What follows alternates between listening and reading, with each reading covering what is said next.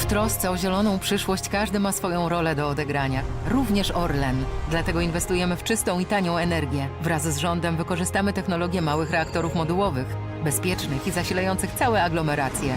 Orlen.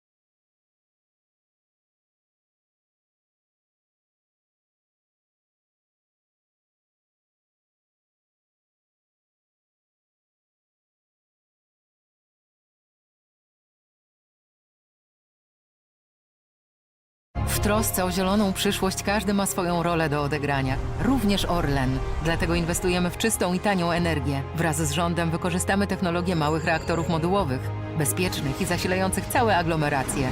Orlen.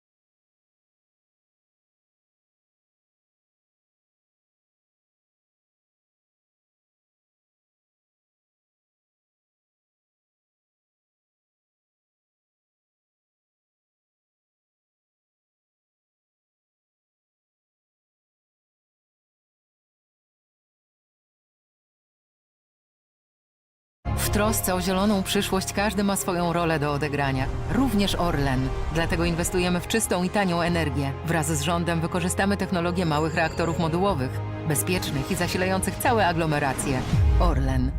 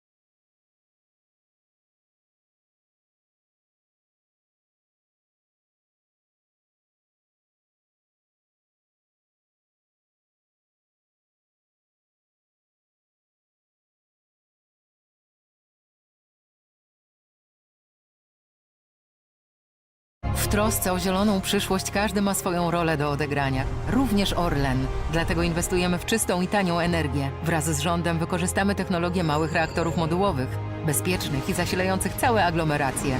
Orlen.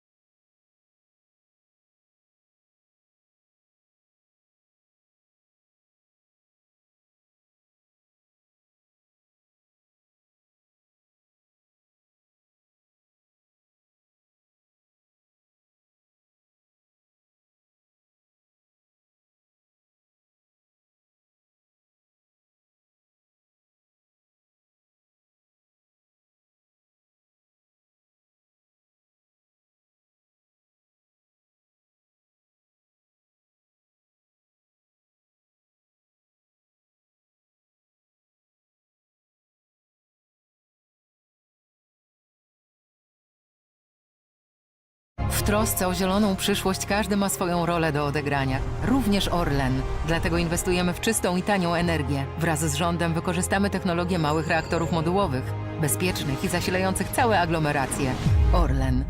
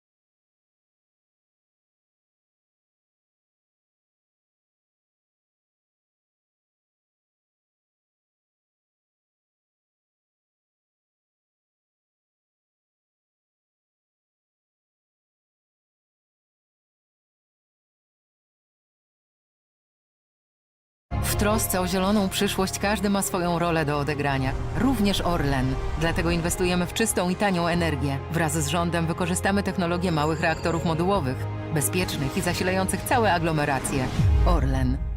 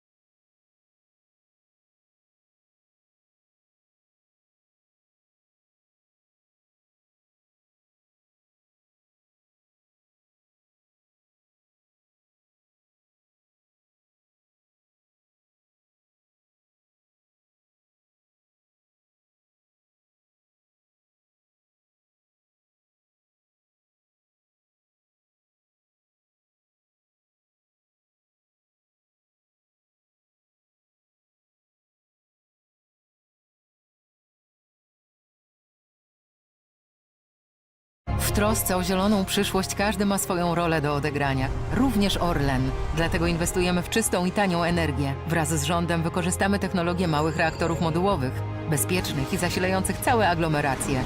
Orlen.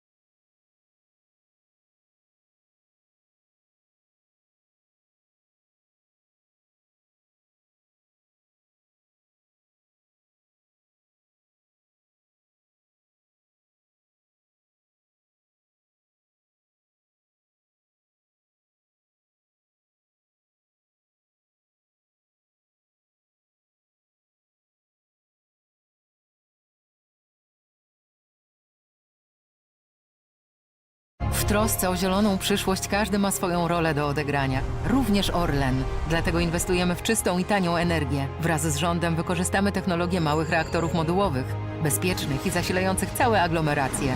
Orlen.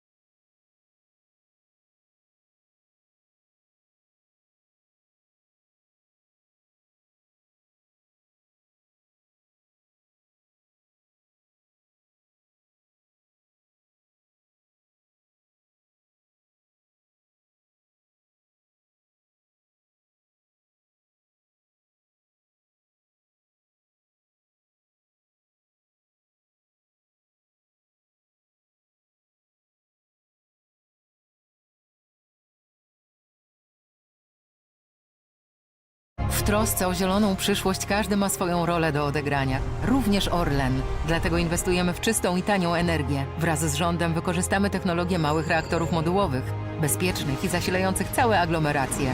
Orlen.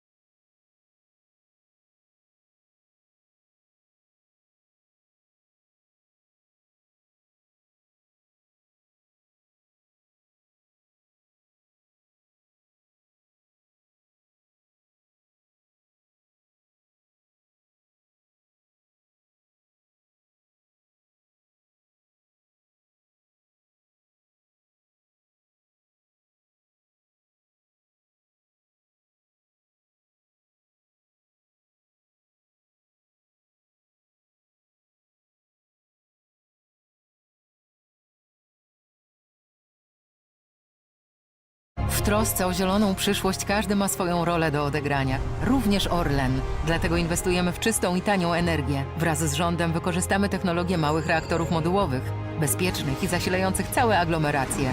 Orlen.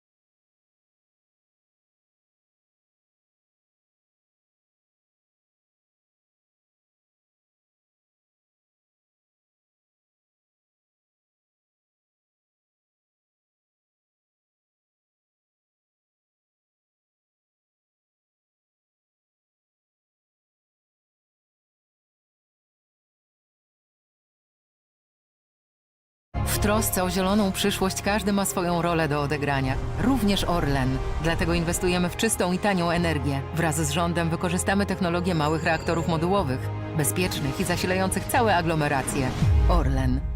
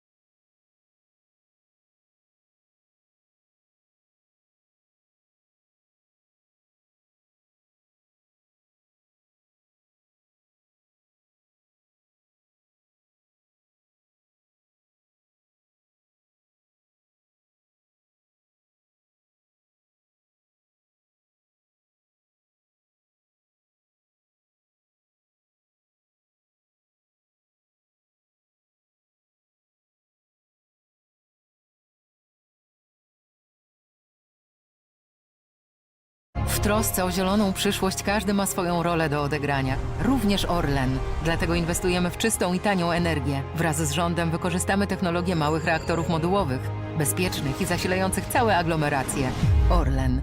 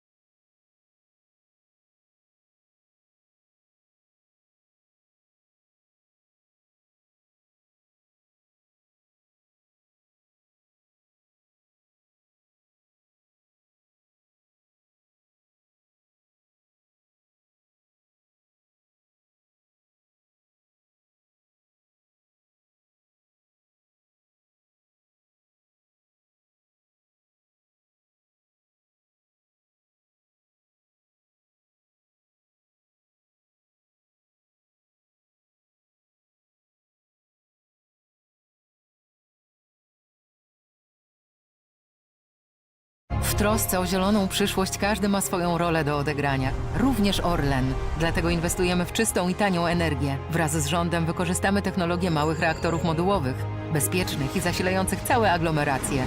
Orlen.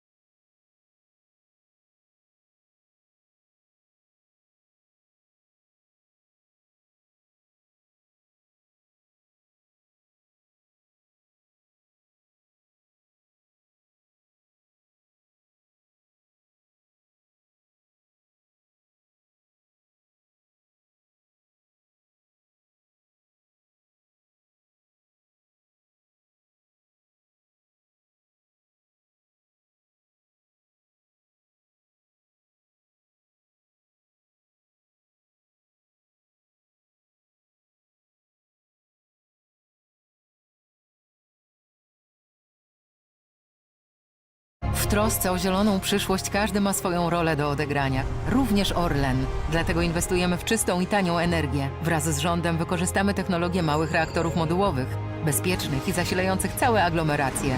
Orlen.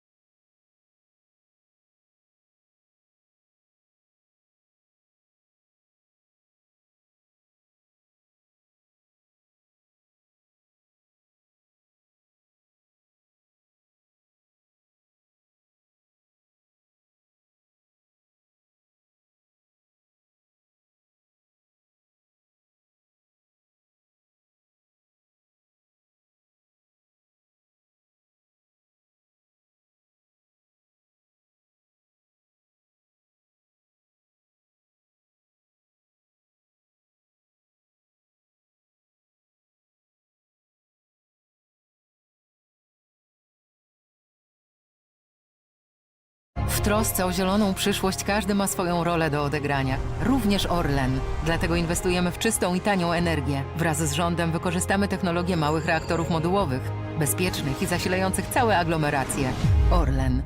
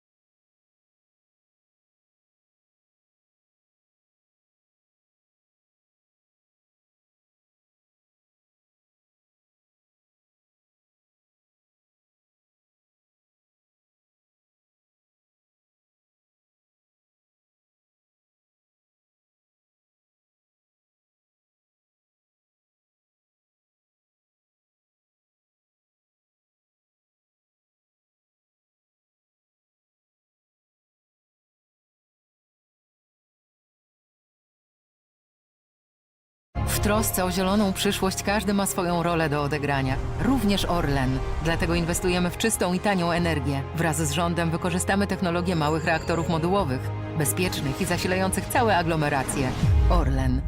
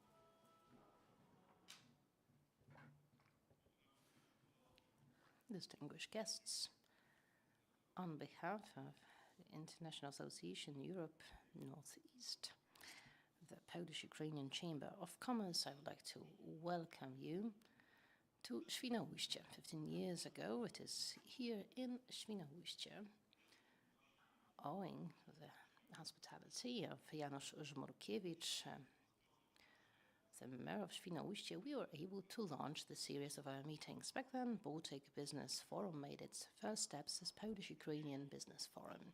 Later on, we extended the scope of our cooperation and worked out cooperation in the ABB area, Adriatic, Baltic, the Baltic Sea.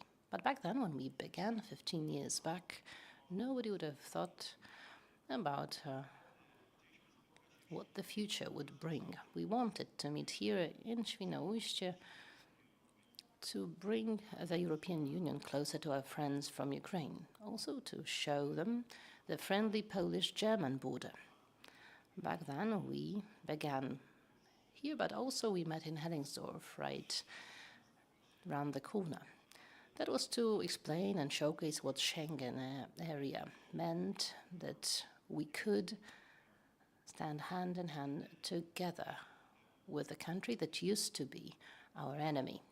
So that is when it all started 15 years ago. In the meantime,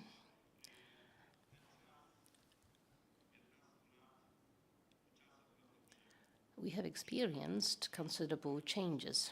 Today, nobody has to persuade our Ukrainian friends towards accepting the necessity of joining the European Union. Our Ukrainian friends need our support, and we do support them in the efforts they make amidst war. This time, also in the Polish-Ukrainian Chamber of Commerce, has become the time of concerted efforts towards providing the necessary support. We launched the fund to support Ukraine, the fund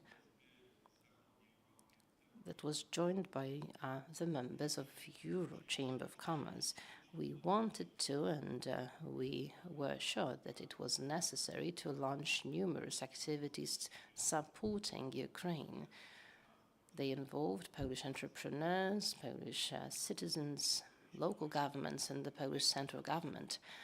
We've been pursuing these activities, realizing that what we are doing is also building a Polish-Ukrainian strategic partnership. With our Ukrainian friends, we will be celebrating our future in our common European family. Today, during the Baltic Business Forum proceedings, we are going to discuss about power to rebuild Ukraine, material, intellectual, human capital related, and any other kind of power that is needed for this partnership and support to thrive. Baltic Business Forum is a forum that first and foremost brings together experts, persons wearing different hats, but always supporting Polish-Ukrainian partnership. Our guests today, we also have friends from Turkey. Today our friend, the head of the Polish-Turkish Association, Burak Pelivan, is working in Ukraine as it is the election period in Turkey, so therefore he cannot be with us here. The result of the elections in Turkey will be defining for Turkey's future and its cooperation with partners within the European Union. So the forum is the time for experts to meet, exchange their views, but also, and it is my call, to pursue the tradition of the Baltic Business Forum and make sure that we build relationships, strengthen our bonds. Many friends have already come together representing different areas of Poland and Ukraine. It is worthwhile meeting here in the friendly Świnoujście. It is already now that we would like to invite you to the 16th edition of the Baltic Business Forum. Ladies and gentlemen, the 15th edition of Baltic Business Forum, it's hard to believe that we've made it. And it's been possible owing to the hospitality of the city, owing to the support of the province. And it is also today that we are supported by the President of the Republic of Poland, Andrzej Duda. When Ukraine celebrated the 30th anniversary of its independence, opening the conference in Warsaw, I was able to say that Ukraine brings people together across divisions and beyond them.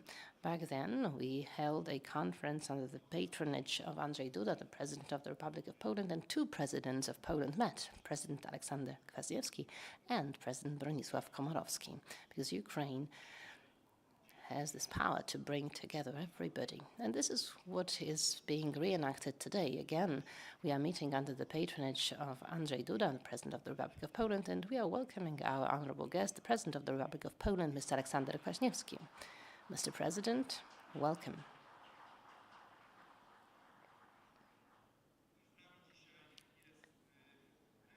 With us today, we also have the Prime Minister of the Republic of Poland, MEP Marek Belka, who is about to join us, but let us already applaud Marek Belka.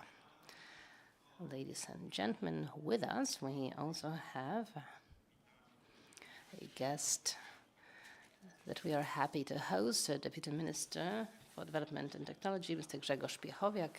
Minister, welcome. I would like to welcome the deputies for the Greens Council, Mr. Oleg Dunda, Andrzej Nikolajenko, and Fyodor Wenisławski. I'd like to welcome the members of the Supreme Council. I'd like to welcome the advisors to the Embassy, the Economic Division, Ruslan Perun of the Embassy. I'd also like to welcome the Honorary Consuls of Ukraine, Stanisław Adamiak and Henryk Kołodziej-Szczecin. I'd like to welcome the head of the Polish UNESCO Committee, but also the head of the Council of Europe Northeast Association, Professor Michał Kleiber.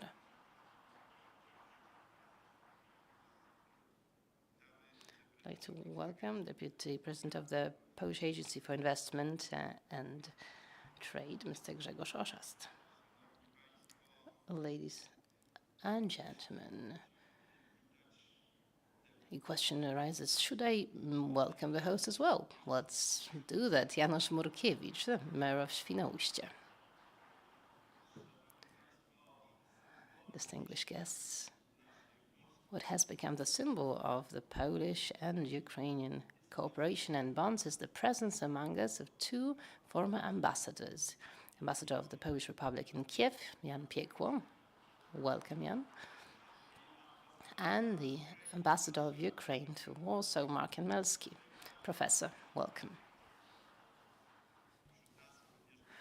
Among us, we also have former ambassadors to Singapore, Canada, and Slovakia, Zenon Kosiniak-Kamysz, and Slovakia, Piotr Ćiećwierz. Welcome. Ladies and gentlemen, we would like to welcome Ukrainian self-governments, mayors, and the entire delegation that have been working holding meetings in the city hall in Świnoujście, starting early in the morning. So let's welcome self-governors from Ukraine. A round of applause. We'd also like to welcome wholeheartedly all the representatives of befriended cooperating organizations, all the ferries in Świnoujście are still in use, but this is the last forum that requires the ferries to be used. In a year's time, the tunnel will have been finished. Marek Kłoczko is on his way. We'd like to welcome the head of the Polish employers, Rafał Dudkiewicz. I would also like to extend a warm welcome to deputy presidents of the Association of Industrialists, deputy heads of Anatoly Kinach, former Prime Minister of Ukraine. Today, Anatoly is not with us. We'd like to welcome his deputies among us. We'd also like to welcome the president of the Industrial and Commercial Chamber of Latvia, Henryk Danusiewicz. I'm not sure whether we have the head of our regional northern chamber, Hanna Mojsiuk. I don't think I can see her. Probably they're on their way. And as I said, Burak Pelivan is not with us today. He had to stay in Turkey, but he fell in love with Świnoujście, and he has already taken part in the Baltic Business Forum for 5 times. He sends his greetings from the distant Turkey. So 3 days of meetings ahead. Official meetings, but also those held in a less formal atmosphere. So let us begin. And now I would like to give the floor to Minister Grzegorz Piechowiak. Minister, thank you very much for your presence. The floor is yours.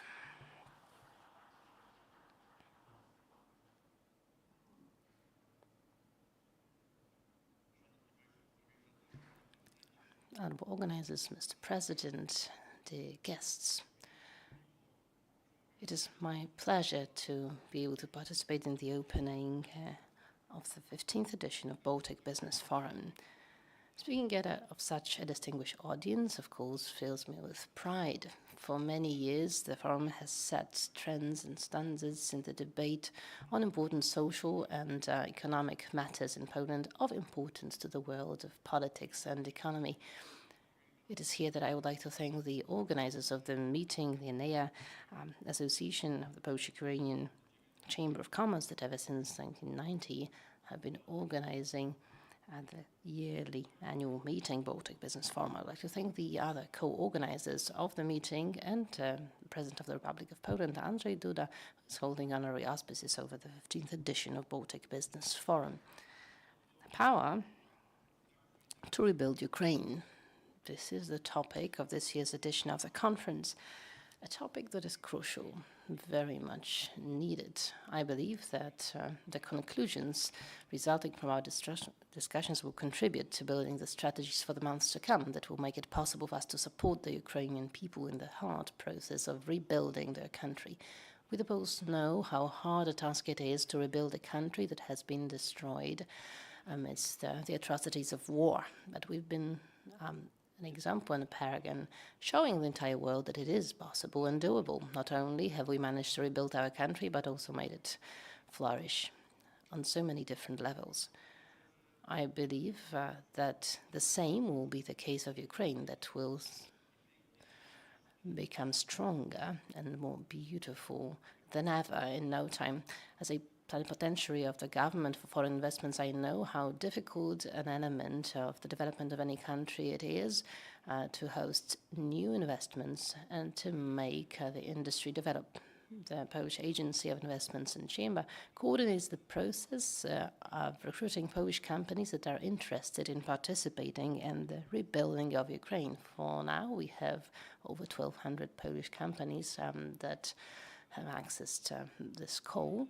A memorandum has been signed on the rebuilding of Ukraine that regulates the issues concerning our participation in this scope. Cooperation will be of vital importance here. Not only will it make it possible for Ukraine to return to the developmental paths, but also it will lay foundations for the future cooperation for many years to come. Ladies and gentlemen, I would like to wish all the participants and speakers fruitful debates. May this forum fill us not only with power to rebuild Ukraine, but also to give the necessary momentum to the Polish-Ukrainian cooperation for the nearest future. Thank you very much. Thank you, Minister. And now I would like to ask the representative of the Ukrainian Embassy to Poland to take the floor, the head of the Economic Department, the advisory to the Embassy, Ruslan Perun. The floor is yours. Good afternoon, ladies and gentlemen. Good afternoon, Mr. President. Good afternoon, Minister. All the representatives of Ukrainian and Polish business milieus, I would like to welcome you very warmly. Unfortunately, as Ambassador Asisvarich was not able to participate in the event owing to his prior duties and commitments. Thus, I'm going to read out the letter that he wrote for this event. The Ambassador of Ukraine to the Republic of Poland, Warsaw, the 11th of May, 2023. Honorable Mr. Jacek Piechota, the head of the Polish-Ukrainian Chamber of Commerce.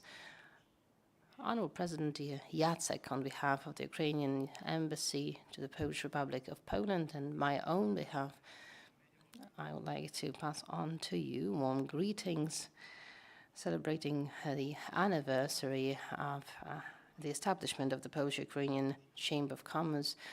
We appreciate very much the efforts made by the Polish partners in the Chamber to develop our cooperation with so many inhabitants of Ukraine now living in Poland. With the present dynamics of our economic cooperation, the role of the Polish-Ukrainian Chamber of Commerce is only about to grow. I would like to thank you, Mr. President, for the support and actions displayed by you in person and by the Polish and Ukrainian Chamber of Commerce. Thank you for everything you do to support Ukrainians in the time of the military aggression of Russia and Ukraine. I appreciate your personal commitment and the involvement of Polish entrepreneurs. We also appreciate the Baltic Business Forum and other events organized by the Chamber and that are so beneficial to our cooperation. For us, Poland constitutes a crucial business partner. That is why the 15th Baltic Business Forum should contribute to the further strengthening of cooperation and bonds between our countries, representative of the Polish and Ukrainian business. I would like to wish you great impressions and a wonderful atmosphere from the 15th Business Forum proceedings, and all the best on the 30th anniversary of the existence of the Polish-Ukrainian Chamber of Commerce. Thank you very much, hoping for further future cooperation. Thank you very much.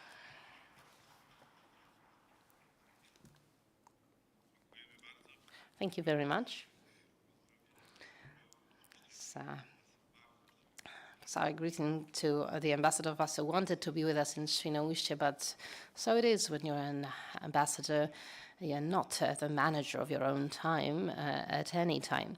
We also have a letter from the Honorary Consul of Ukraine addressed also to the president here. So, Hendrik, over to you. Read out the letter, please. Honorable ladies and gentlemen, Ukraine's ambassador to the Republic of Poland, Janusz Żmurkiewicz, President, Mayor of the city of Świnoujście.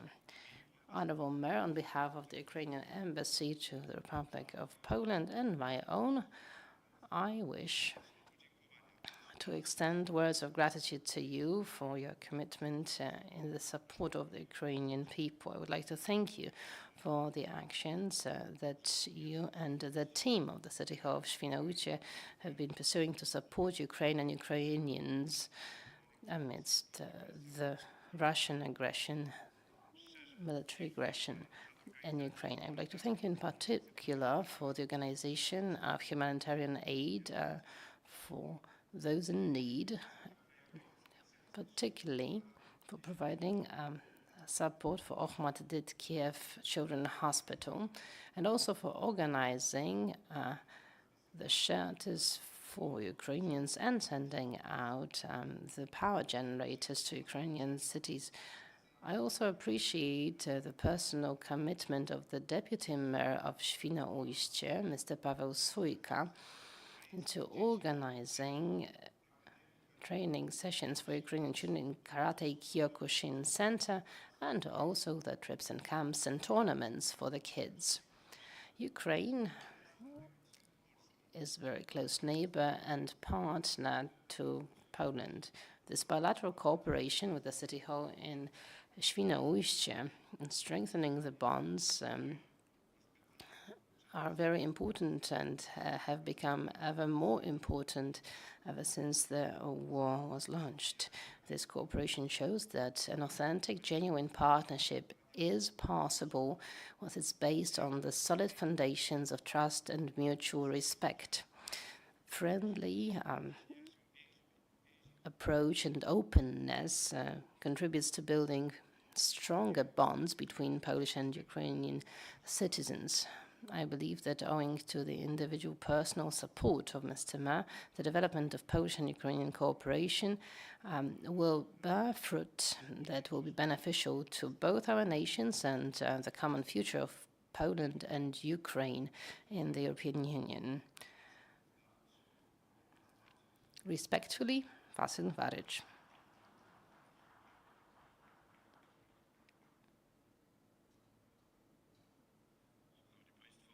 Ladies and gentlemen,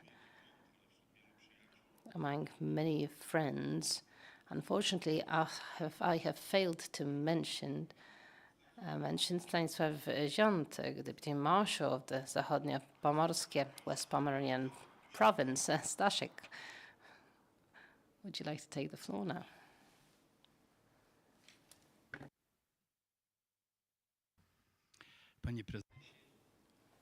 Mr. President, Mr. Prime Minister, Minister, ladies and gentlemen.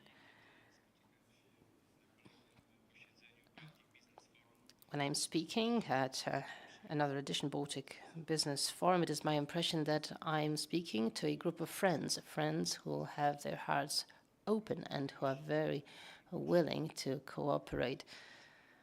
Over the 30 years of the operation of the Chamber, Ukraine has been the topic of our meetings for many years and on many occasions. Cooperation of self-governors, the cooperation of the chambers of commerce, local entities, all this has shown that we are in a position and know how to build solid, friendly relationships. But this year, the topic of Ukraine and power for Ukraine is of utmost importance. That is why, Mr. President, I would like to thank you for making it possible for us to discuss all these forms of cooperation and providing support to those who need this aid in the times of war and all the atrocities that we've been witnessing so close to us. A few weeks ago, I participated in the proceedings of the Polish-German Committee of Self-Governors. Self-governors back then explained what kind of support they granted, what they sent to Ukraine, what kind of material aid they provided. But also, they made it clear that our hearts are open wide and our hands and arms are open wide so as to embrace those who are looking for shelter. And it is this community of hearts that I would like to thank all the local governors who represent the inhabitants of our country. I would also like to emphasize that it would not be possible to hold talks within BBF if it was not for one person, Jacek Piechota, Minister, President. Now, I will pass on to you a special address and words of gratitude. It is a huge griffin of Western Pomeranian Province with amber that is related to the celebration of the 30th anniversary of the operations of the Baltic, of the Polish-Ukrainian Chamber of Commerce, but also your personal commitment. Thank you very much.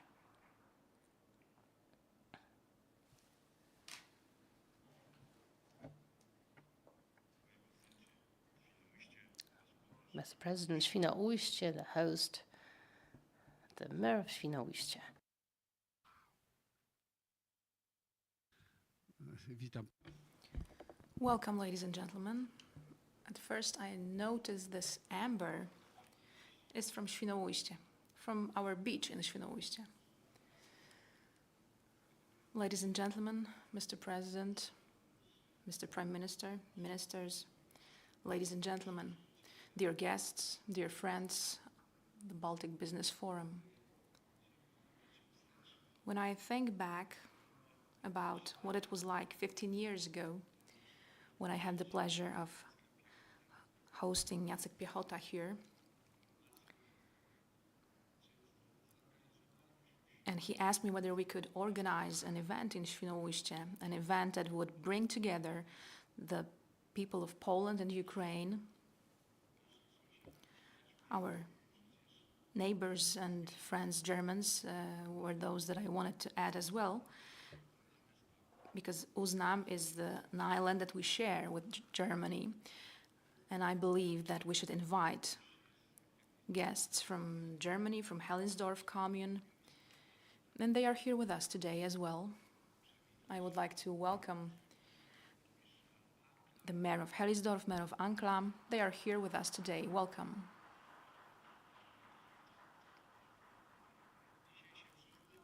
Today, I have to admit that I couldn't imagine how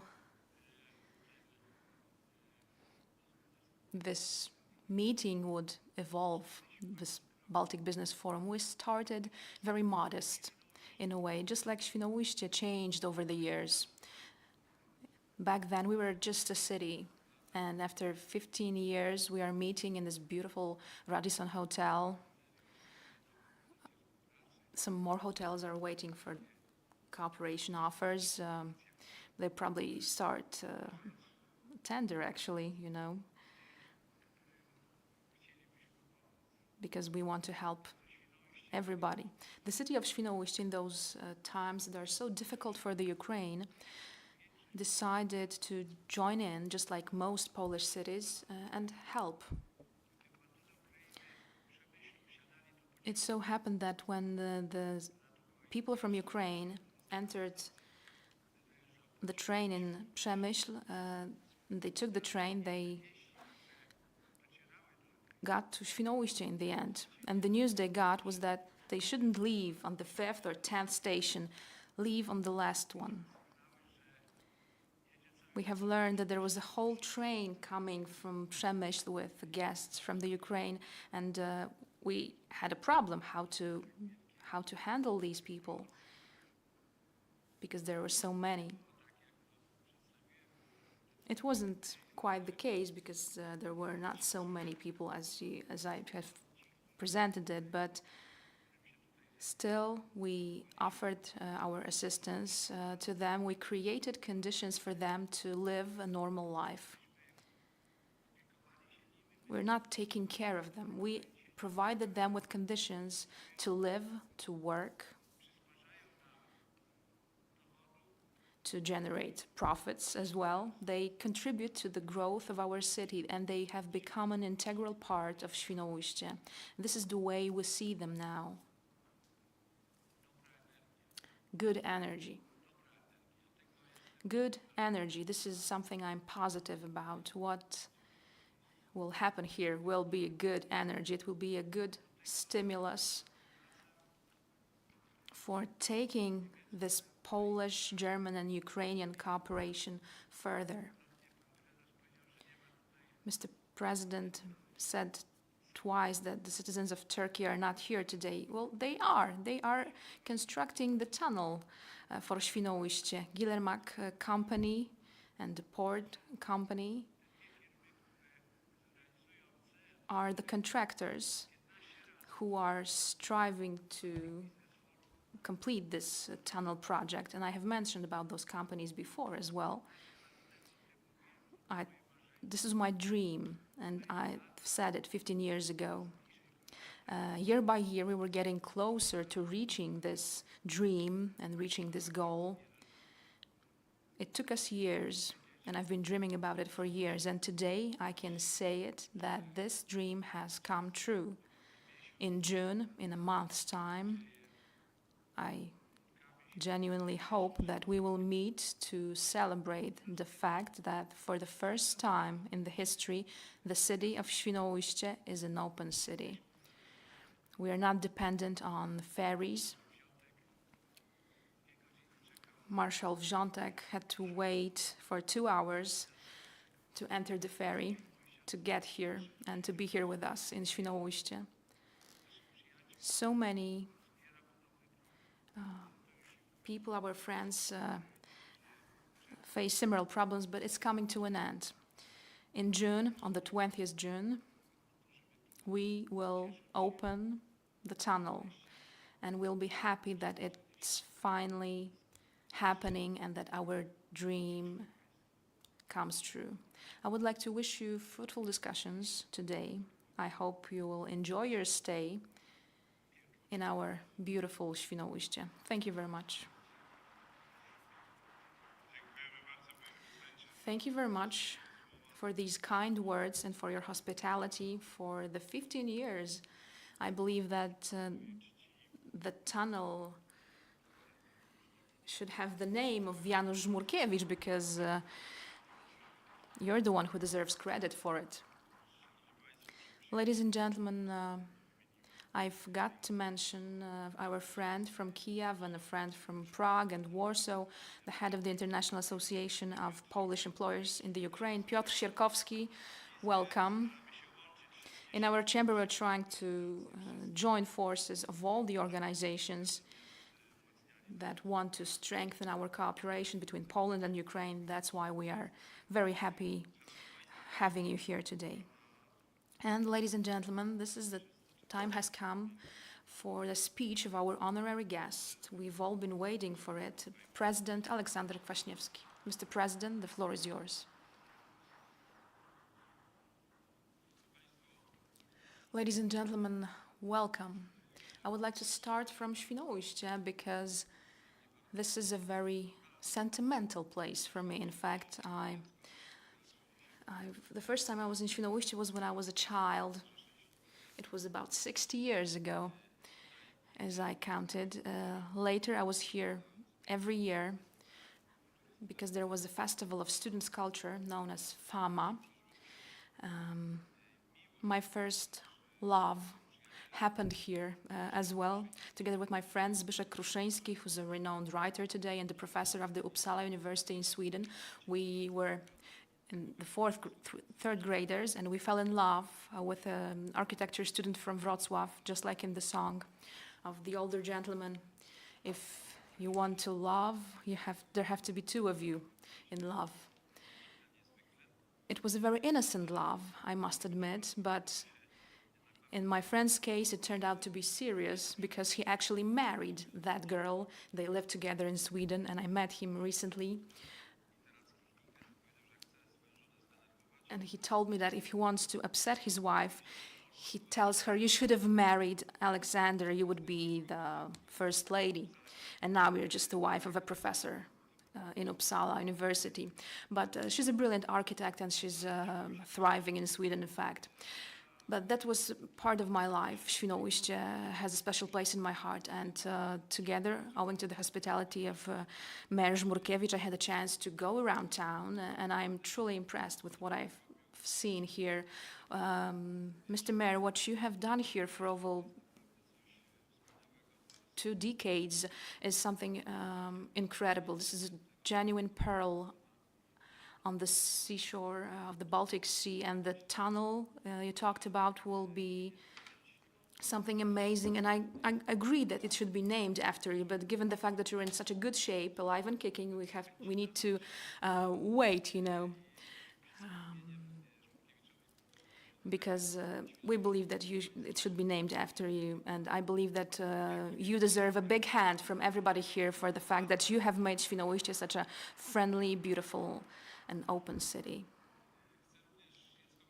I would also like to thank Jacek Piechota for his perseverance, because 15 years of a Baltic Forum, well, we can imagine how many obstacles must have been there on the way, and how difficult it must have been to bring all those friends from different corners of Poland, to get them to meet here.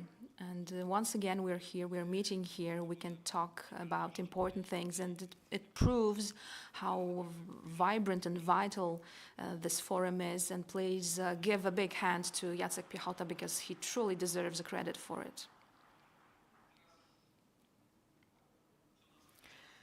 Now, what brings us here? What joins us? Why are we meeting here? This is a conversation about how we envisage the future of Ukraine, how we can help rebuild Ukraine. But let's remember that for the time being, the war continues, and it's really difficult to predict when this war will come to an end.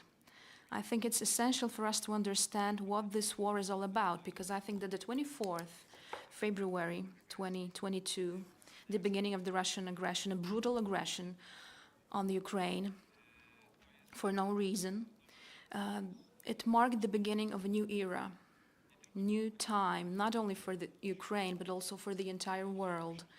And if we were to look at this from this brighter perspective, we can only be happy about the fact that 24th February didn't mark the beginning of a third world war, because it could have happened. And this threat is still looming. Maybe it's not as tangible as we felt it could be in the early months, when Putin and Russia claimed that they could use tactical nuclear weapons. Today, given the strong response from the world and the pressure from China, apparently they are not talking about it anymore, but have they given up? We do not know. If we are to think about the essence of this war, I think it has two dimensions, and both are very dangerous, incredibly dangerous if we're thinking about the perspective of ending this war. The first dimension is the colonialism. This is an imperial war started by a superpower, in accordance with what Putin has said so many times in private talks with me and also in public. We underestimated an essay he published in 2020, in which he presented a lot of arguments for the fact that Ukraine is not a country, that Ukrainians are not a nation, and rebuilding the great Russia is a necessity. So these imperialistic Russian ambitions want to make Russia great again. What we've known as the USSR is supposed to be their zone of influence. And there's no doubt about it, and this imperial concept of Russia means that Ukraine must be a part of it. And probably the Putin and his successors will not leave this vision and this concept of rebuilding great Russia. They will want to incorporate Ukraine into their zone of influence. But the same risk is faced by Central Asia, Moldova, Caucasus. The great Russia is a dream Putin has. And not only. The second thing about this imperial colonial war is that I'm very often asked, in particular Western journalists ask me whether this is a war of Putin or a war of Russia. And I find it really problematic to answer this question, because this is a war started by Putin. He planned it, he decided to start it, and he's doing it.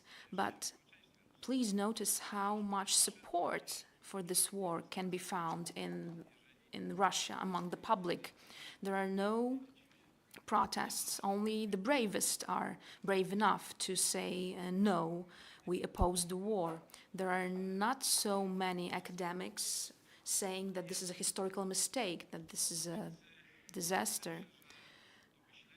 So I'm afraid that it's not only political elites that think about restoring great Russia, but also the Russian DNA has it, and the Russian society has it. It's not changing over the centuries. There were some short periods where we thought that Russia could take the democratic path and get closer to the standards shared by most of the Western world. Apparently today it seems that there's a consent to this imperialistic aggression among the public in Russia, and it's really difficult to predict what the future will bring. But there's a second dimension to this war, extremely dangerous one.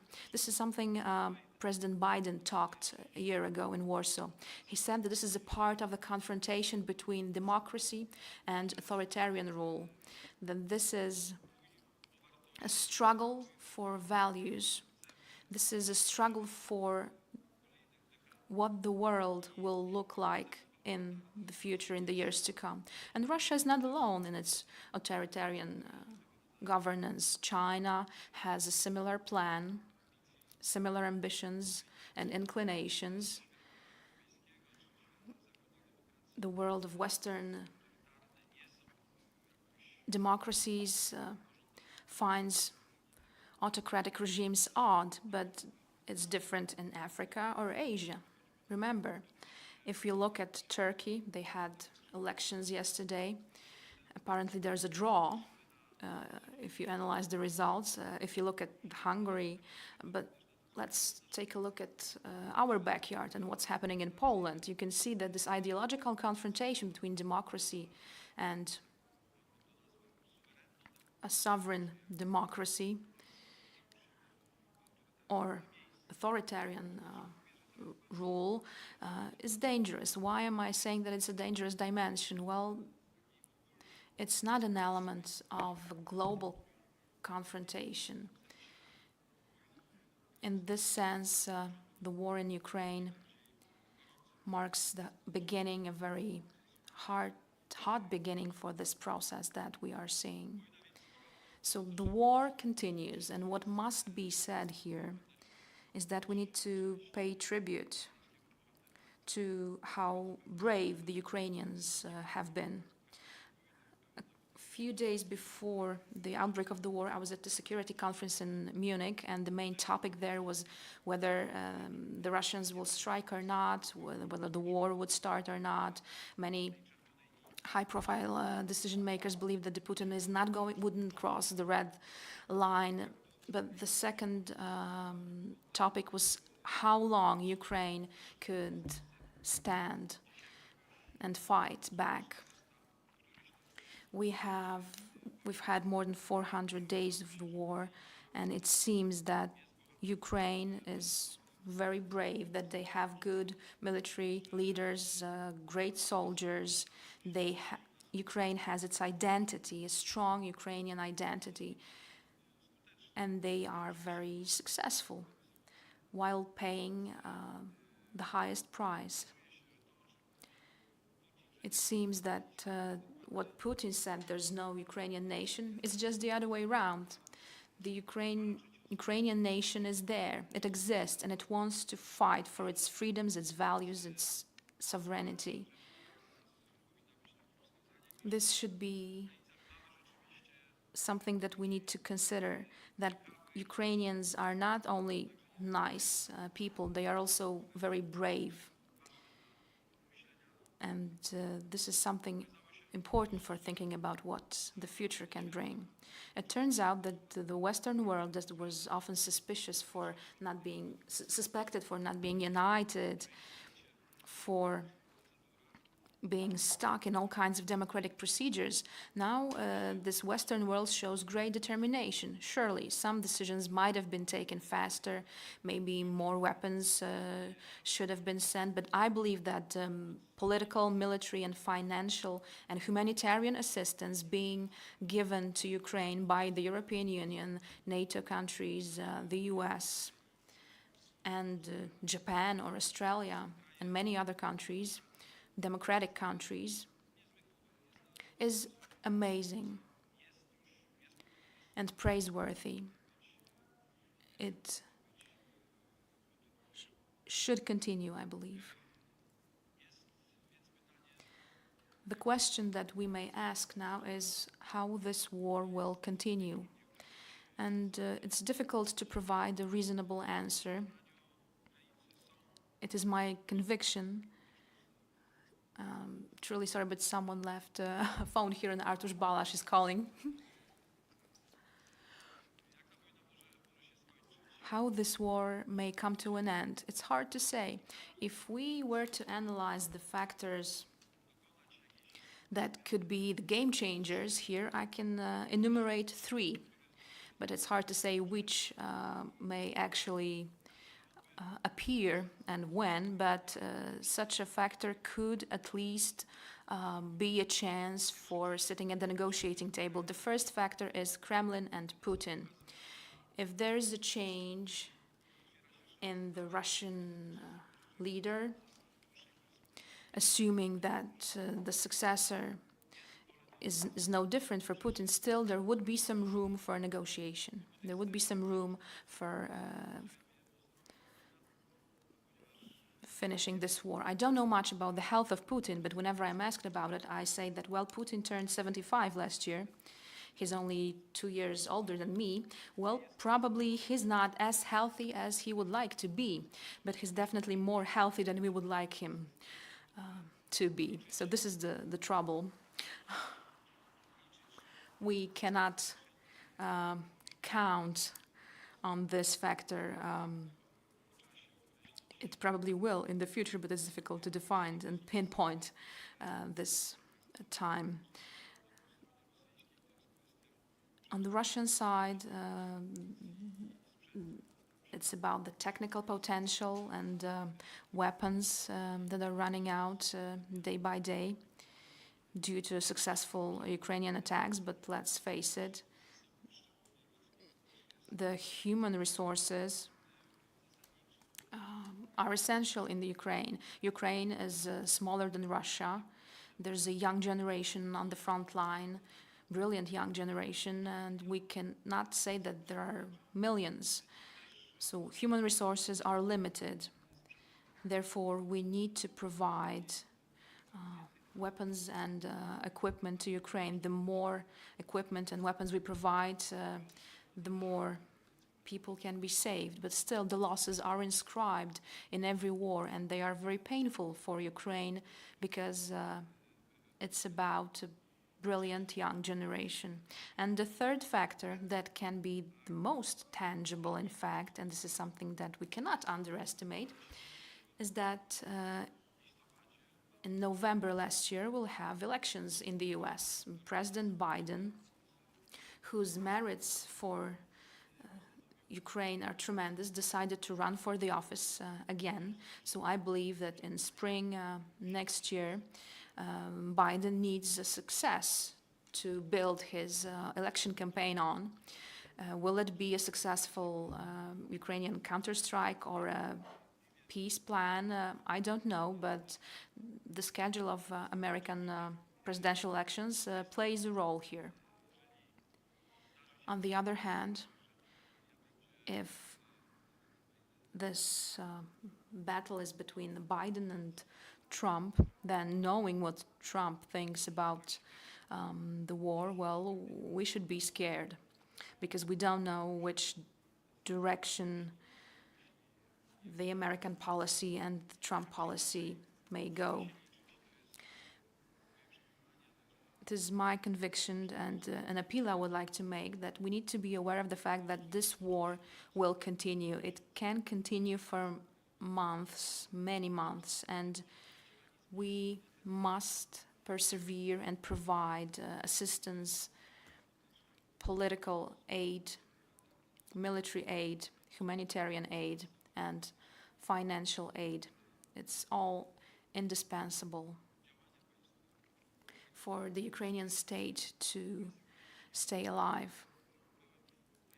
I was in Ukraine a couple of times since the war broke out, and I'm impressed at how this state continues, how the railways operate, how hotels operate, how the entire air defense system operates in Kiev. You can actually feel it, that the city lives a normal life. in the early stages of the war, the traffic was not that heavy, and today there are traffic jams just like before the war. So despite the losses, despite the atrocities and the destruction, and the state of Ukraine is doing well. And we know that whenever an American president comes with an official visit to a given country, it's always difficult. And if Joe Biden is able to visit Kiev, it means that Ukraine is a serious partner.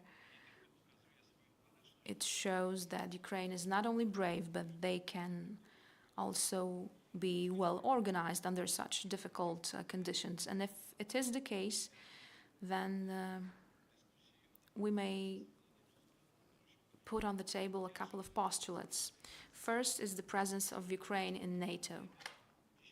I think that you cannot find any serious arguments preventing Ukraine from entering the NATO. First of all, the Putin's line of reasoning that Russia cannot be surrounded by NATO countries is no longer valid. And this is something important for the Baltic Forum. Mr. Piechota, this is something new as compared to the previous 14 editions of the Baltic Forum. We haven't had so many NATO countries in the Baltic area before. We'll have Finland, soon we'll have Sweden. I believe it will be Ukraine as well very soon, and Putin didn't want to have so many NATO countries around Russia, so this is no longer valid. If after war ends, Ukraine asks the democratic world, what do we have to offer as a security guarantee? This cannot be another Budapest memorandum. It cannot be another document that has been neglected to such a huge extent. Today, the only serious security guarantee that we can offer to Ukraine is membership in NATO. But Ukraine is actually already a member of NATO. They have the NATO equipment at hand. Ukraine has offered confidential intelligence that NATO has. So they are actually a member of NATO in part. And another argument is that once this war ends, we are going to have the biggest European army in Ukraine, the most experienced army, an army that knows what real battle is. And I believe that it's a good thing to have such an army within NATO than outside NATO. We need a strong position of NATO, and I hope that our Ukrainian guests should put away their phones for a while and clap and give us a big hand, because this is the right moment. And the second thing that should be clear and obvious, but it's also more difficult, is the membership in the European Union. I'm positive that Ukraine should be a member of the European Union, and this process should be accelerated as much as possible. Europe, the European Union, should act openly and also apply a special measure. We need to understand that we have an unprecedented situation with Ukraine here. Other countries could have taken several years getting closer and closer to meeting the EU standards. We need to admit that Ukraine has already done a lot. It had made a lot of efforts even prior to the war, even when President Yanukovych held his position. The association agreement was signed in 2013 in Vilnius, and we were very close to actually doing that, to signing it. But I believe that the European Union should not act in an orthodox way.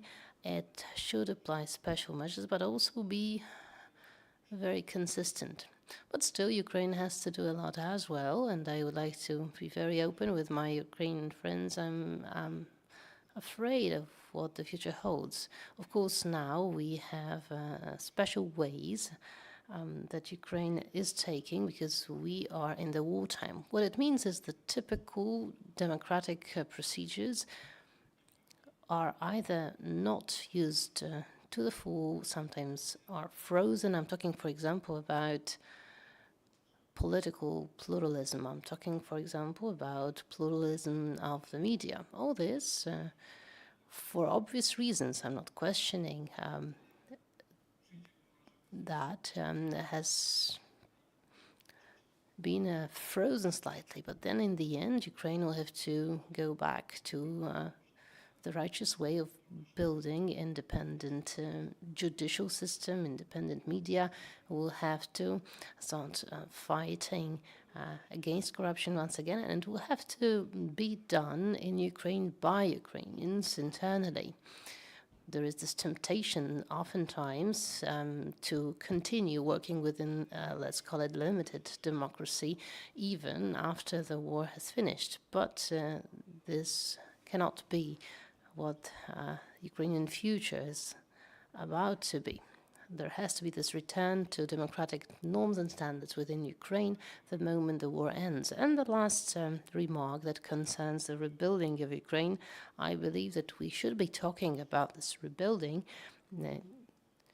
approaching it from two angles. I believe that in the end, a huge international master plan will be created, relying on huge financing resources. Some people call it Marshall's plans. I wouldn't overdo that, not to mix it up, but I believe that there should be and will be a big support program for Ukraine.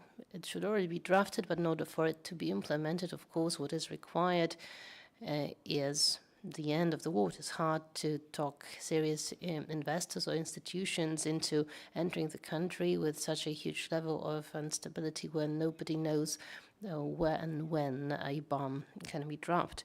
But as I say, this plan, this maximum plan, will be created that will have to be filled out. But owing to the initiatives like the ones that we are participating in today, the participation of the cities, we can already start something that I would call the program of rebuilding Ukraine, but concerning very tangible particular topics. For example, twin cities cooperating could work towards rebuilding kindergartens or schools where they were destroyed, rebuild bridges where they were destroyed, or constructing residential buildings where they were where they were destroyed. But of course, it is difficult to offer such initiatives to be launched in Bakhmut, for example. But there are those areas where we can expect no bombs to be dropped, and then we can launch those smaller, more targeted programs. They can already be launched, and we can support Ukraine this way. There has to be one thing that is always related with a building, and that is the return of a large portion of the Ukrainian nation to their homes. Of course, for as long as need be, we should be providing humanitarian aid to the refugees. We should create conditions for them to work, their children to attend schools. But it is difficult to imagine the future of the country with a few million of its inhabitants living beyond the borders of the country, with men fighting, women working in other countries. Of course, we have a number of demographic challenges here. I wouldn't like to get into details, but we have imagination and knowledge. We can imagine the challenges that Ukraine is facing. But again, this basic infrastructure has to be restored in many locations for life to be able to be lived normally, so that we have children returning to schools, kindergartens, and Ukrainian nationals returning to their country. And I believe that such initiatives can be launched under the patronage of organizations such as Twin Cities, Polish-Ukrainian Chamber of Commerce, other associations, organizations. I believe that the time has come for these initiatives to be taken, because that will contribute to the final version of the master plan, this big help aid plan, whatever we call it in the future. And then, well, we've heard it already, following the war tragedy that still continues. We should, of course, bear this in mind, that every day the missiles are striking and people are losing their lives. But Ukraine can become more beautiful. Maybe there is no point in talking about rebuilding Ukraine, but rather building Ukraine to zero. The better organized, the more state-of-the-art technologies-oriented Ukraine. Ukrainians will know how. The human potential is there. There are people who are well-educated, dynamic, active, and also with this great sense of patriotism, of Ukrainian identity. For many years, it did not appear that obvious. Now we know, there are no doubts, that Ukraine sounds proud, and the Ukrainian person is invincible. Certainly, there are bright prospects for Ukrainians, and we are there to help them. Thank you very much.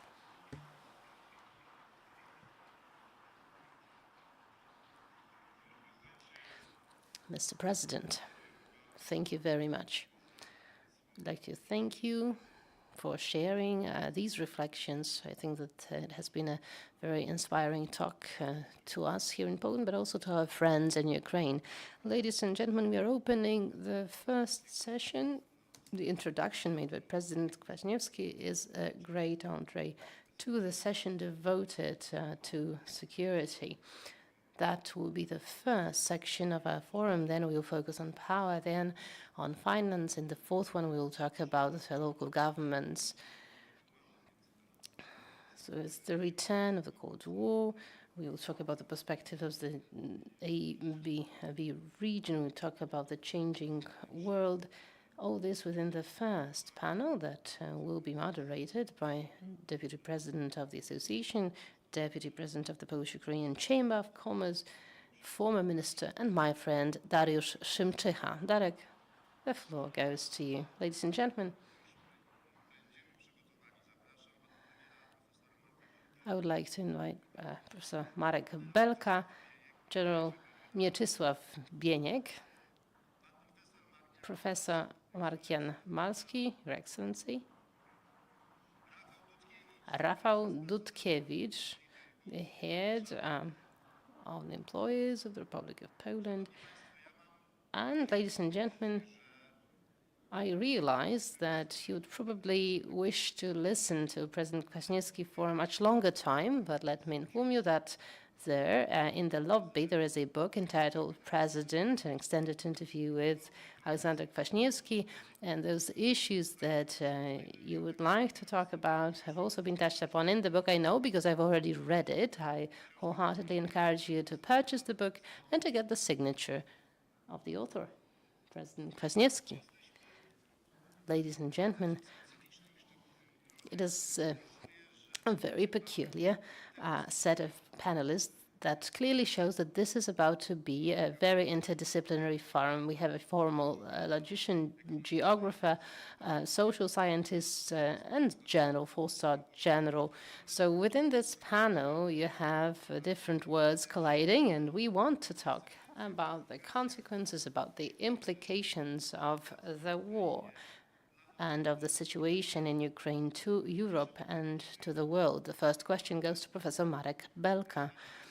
Professor, when 2 years ago we invited the participants to the 13th Baltic Business Forum, also held here in Świnoujście, we described the agenda of the 13th Business Forum using the following terms. What are the prospects for the economy in 2022? Will there be black swans? Will we be paid a visit by white elephants? In 2022, it's bygone, have the darkest scenarios come to fruition? Well, for the economy, what is the worst case scenario? Well, we have enough imagination to actually come up with ever darker ones, but yes, there were black swans. The darkest of them is, of course, the war. But I remember that 4 years ago, in 2019, when the European Commission was taken over by Ursula von der Leyen as the president, she said that the European Commission had to be geopolitical, whatever she meant back then. Shortly afterwards, somebody said that Europe should formulate some rules for open but strategic autonomy. In other words, there was this sense and feeling that the global situation was tense and dynamic enough, unstable enough for Europe to take certain measures to be able to survive as a serious player in the global market. It had to start getting engaged in a global policy and start acting as a global player. These were their sentiments, their hopes back in 2019. Then the war broke out, and it accelerated it all quite drastically. First of all, Europe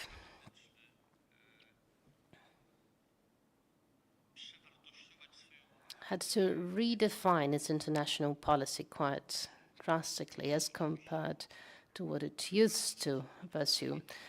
The policy towards Russia, but also towards China. Let's not forget about its policy towards the United States of America. All the three vectors of EU international policy have changed for better or for worse.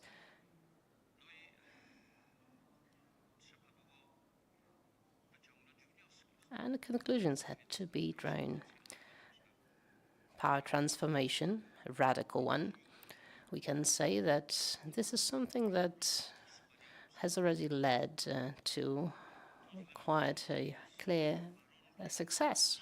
And this is actually a condition for sustaining maybe not ideal, but very substantial unity in the European Union against Russia and in relation to Ukraine.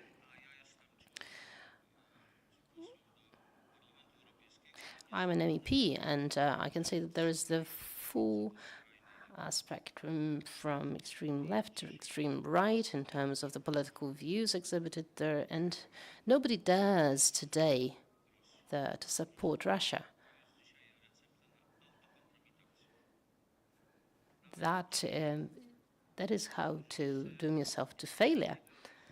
Even those who used to wear T-shirts like Matteo Salvini, T-shirts with Putin's face, displaying the T-shirt boldly, through to people from extreme Western European left wing.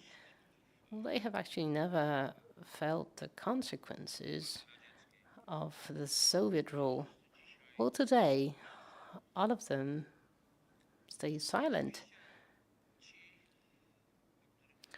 Of course, those that I've mentioned a moment ago are not in the lead of those supporting Ukraine, but 90% of this European community that is somehow reflected in the European Parliament have not a shred of a doubt that Ukraine has to be supported.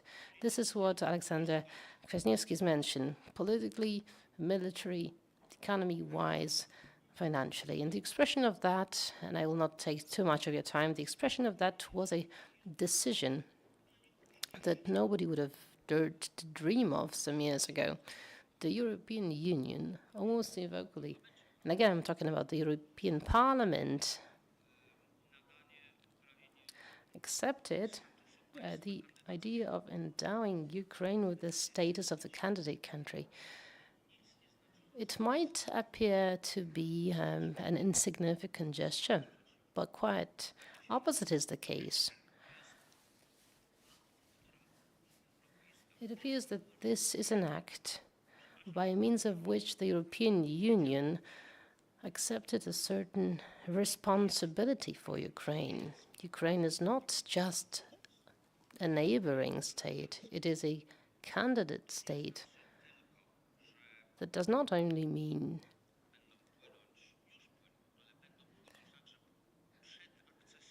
that prior to its accession, it can count on streams of money to be transferred there. The transfers are already being sent there.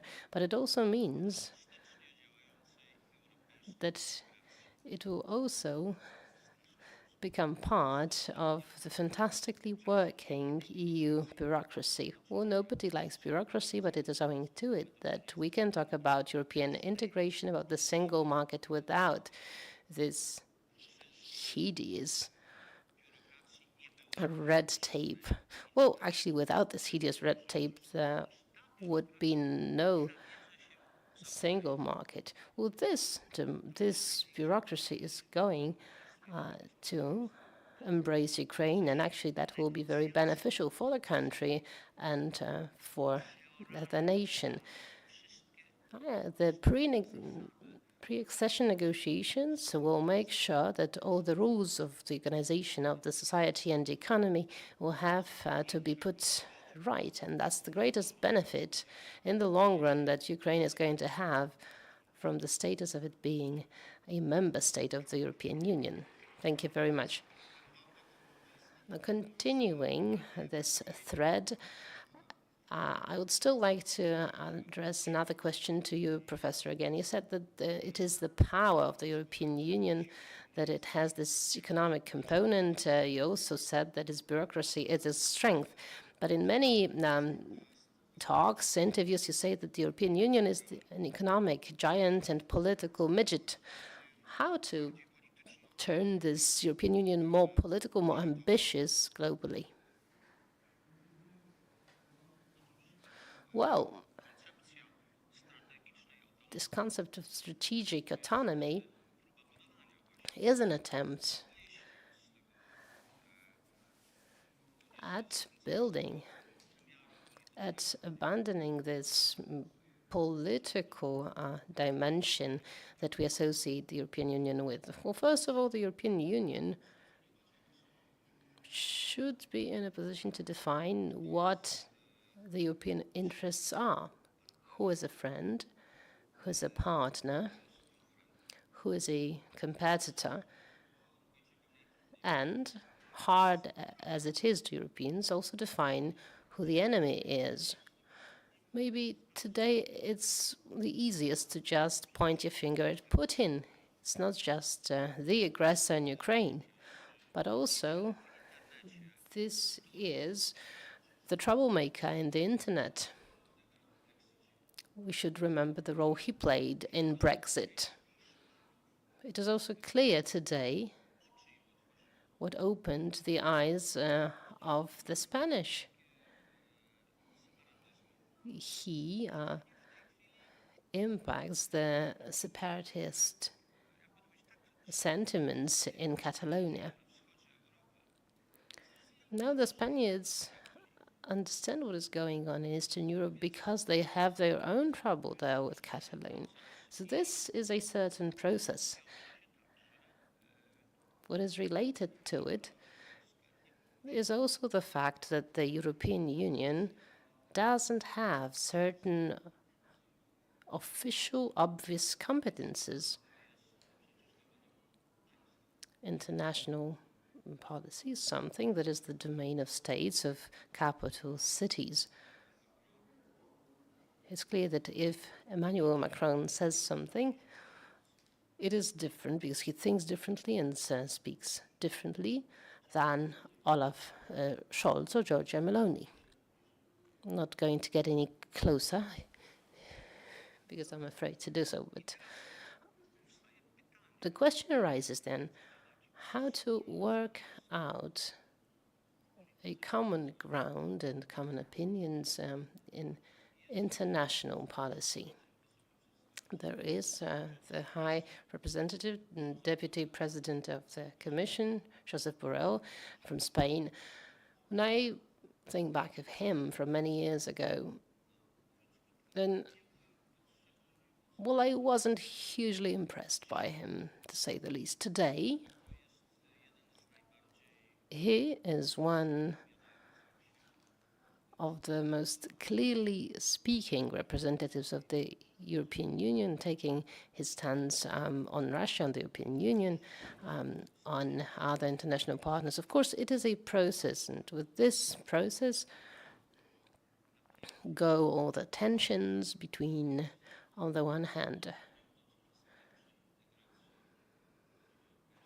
attempts at integrating the European Union states even further, and on the other hand, those calls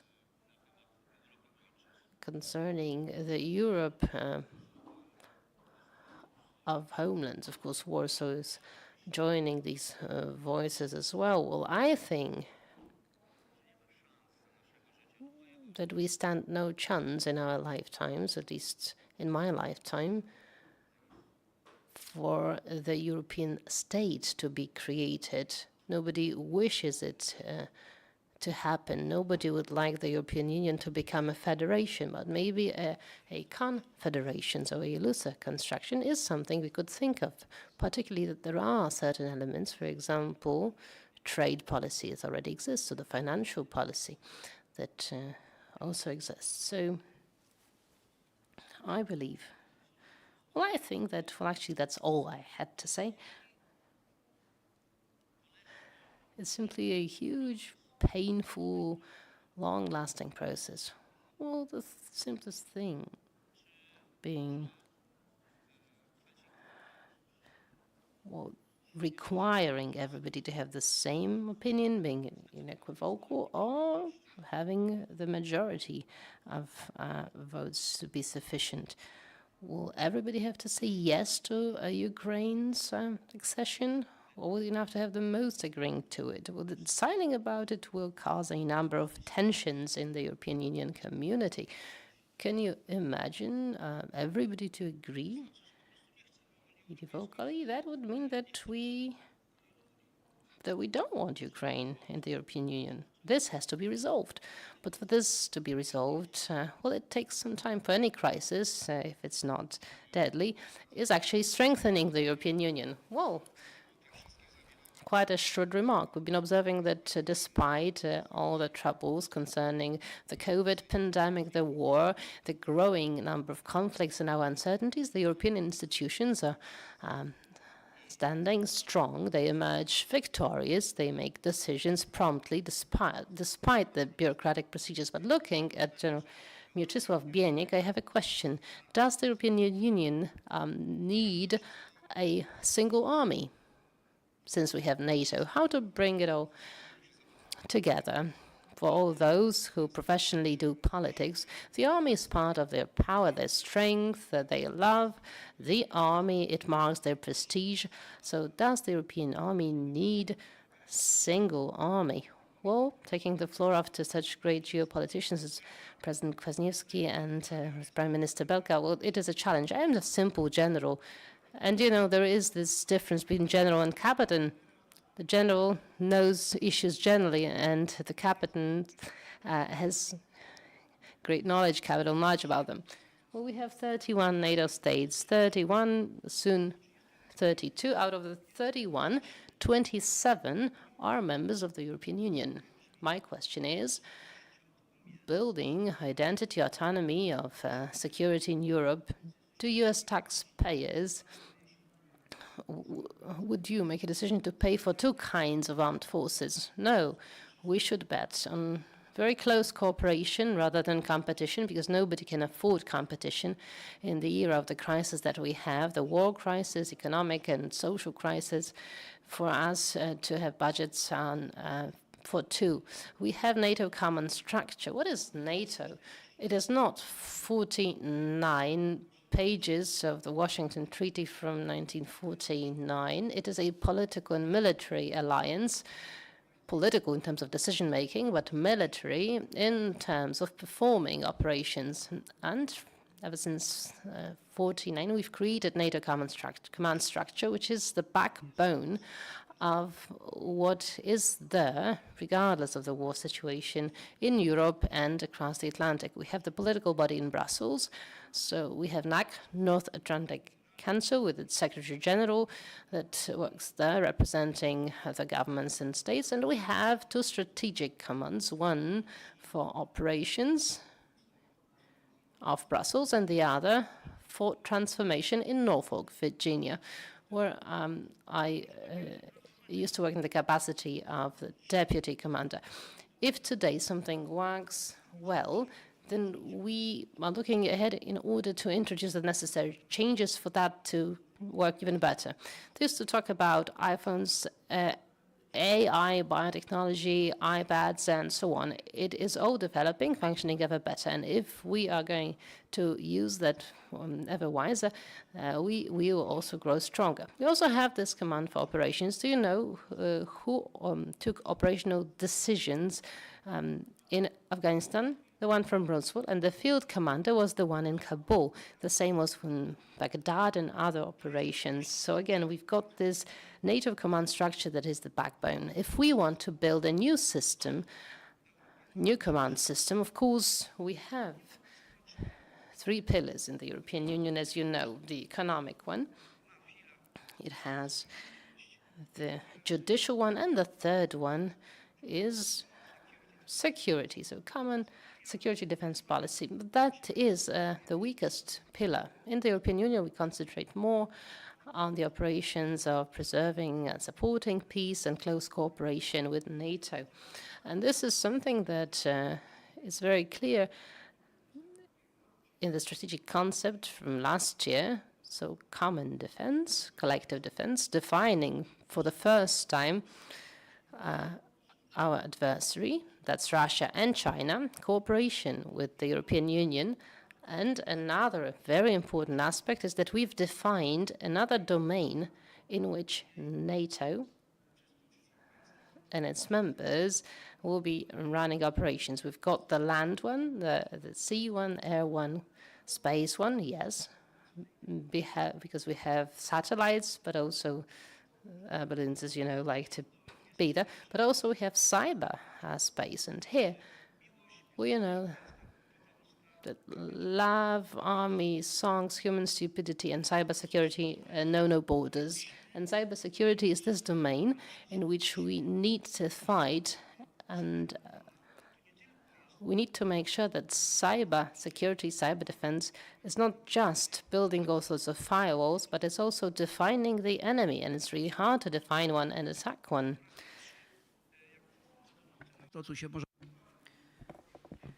In 2010, I was invited to Cyber Command in the US, in Fort Mist.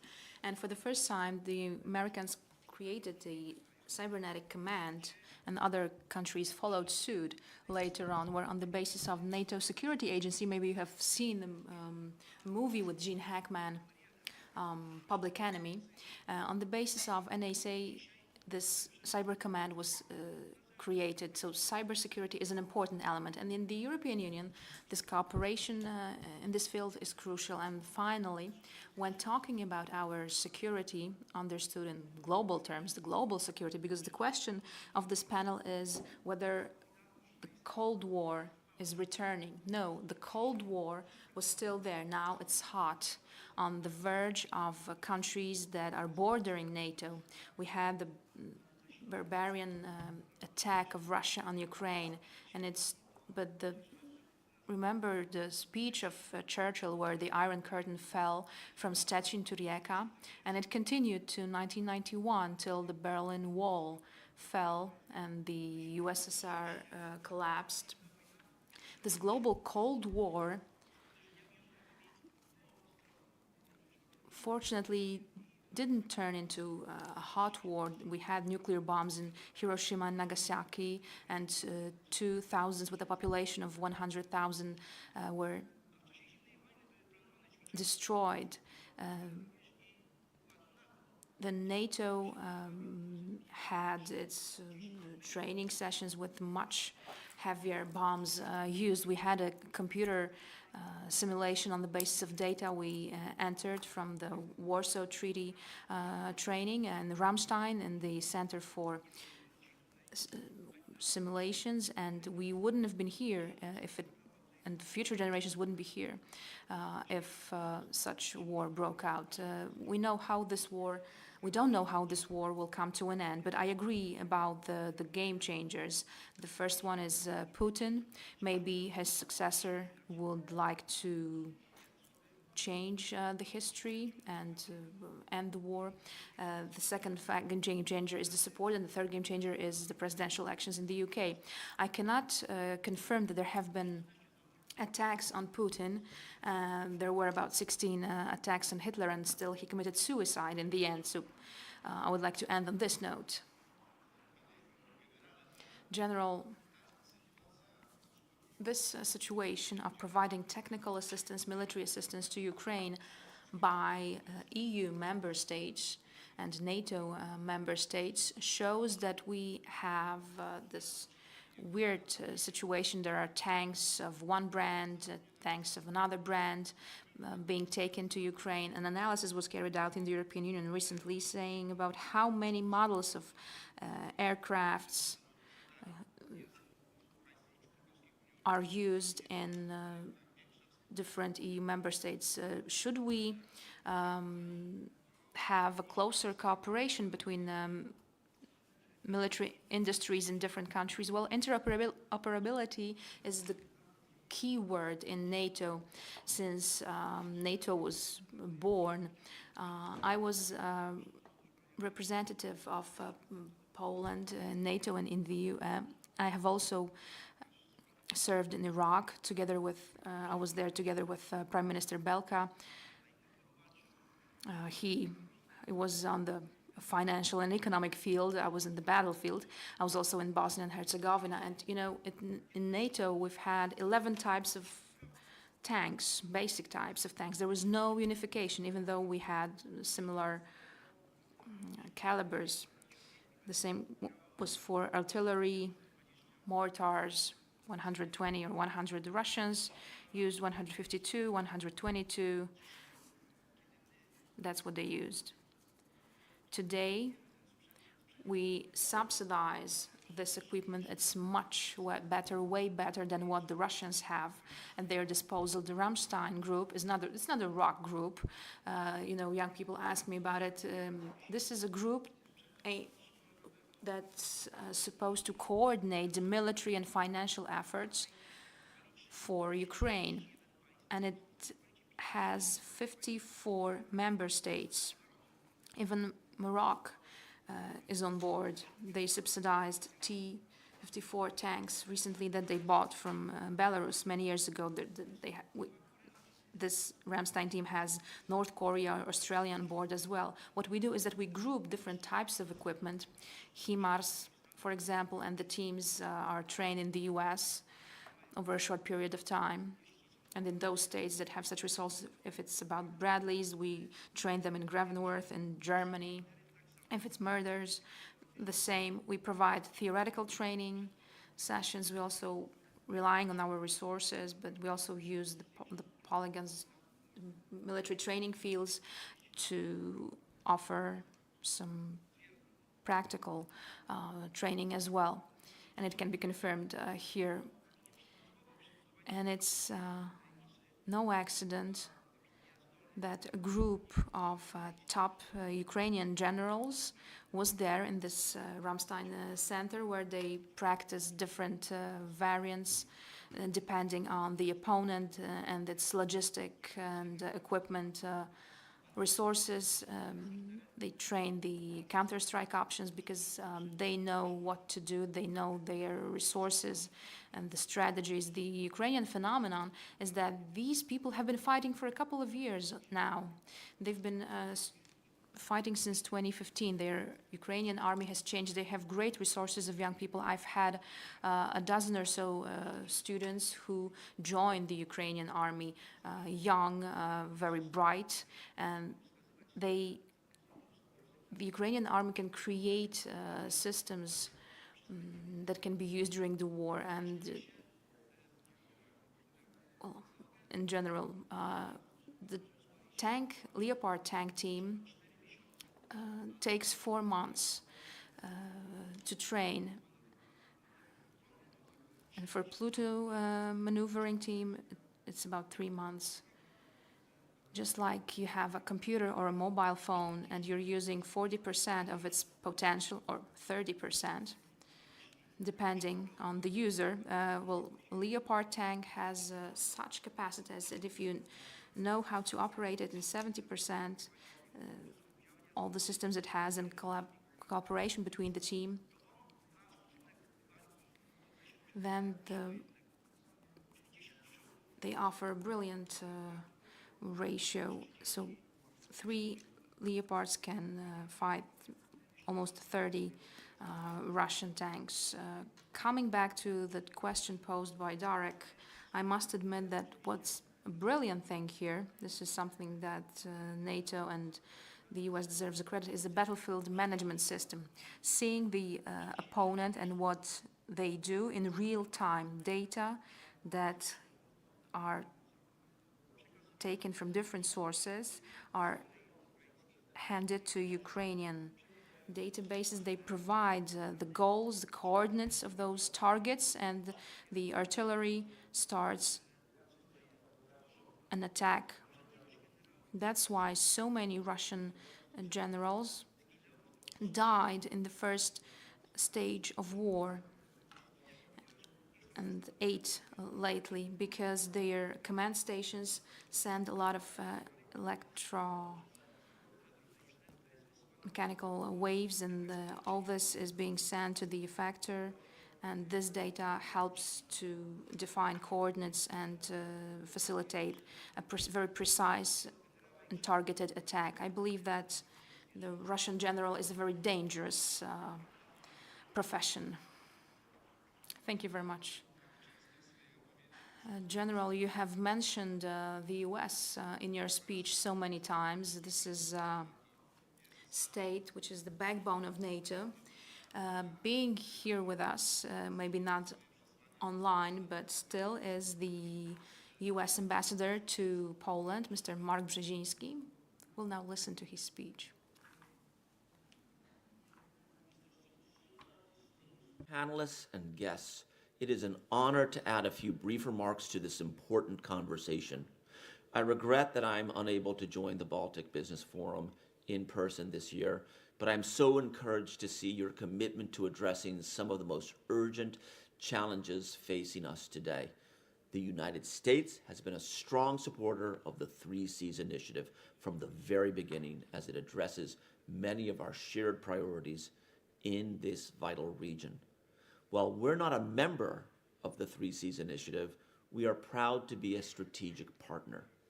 We believe in building on the region's shared interest and values to increase connections and cooperation between 3 Cs countries, as well as with the rest of Europe and the broader free world.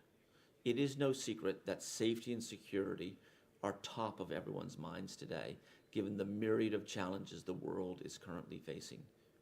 Recent events in Ukraine clearly show that modern warfare is not fought with just guns, missiles, and brute force. The battlefield continues to expand.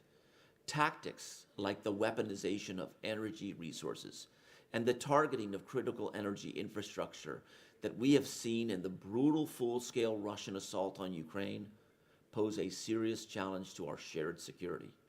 Critical infrastructure, logistics operations, even the stability of our economies depend on the security of energy supplies. In Poland and across the region, the United States continues to play an important role and is now a leading supplier of oil and gas.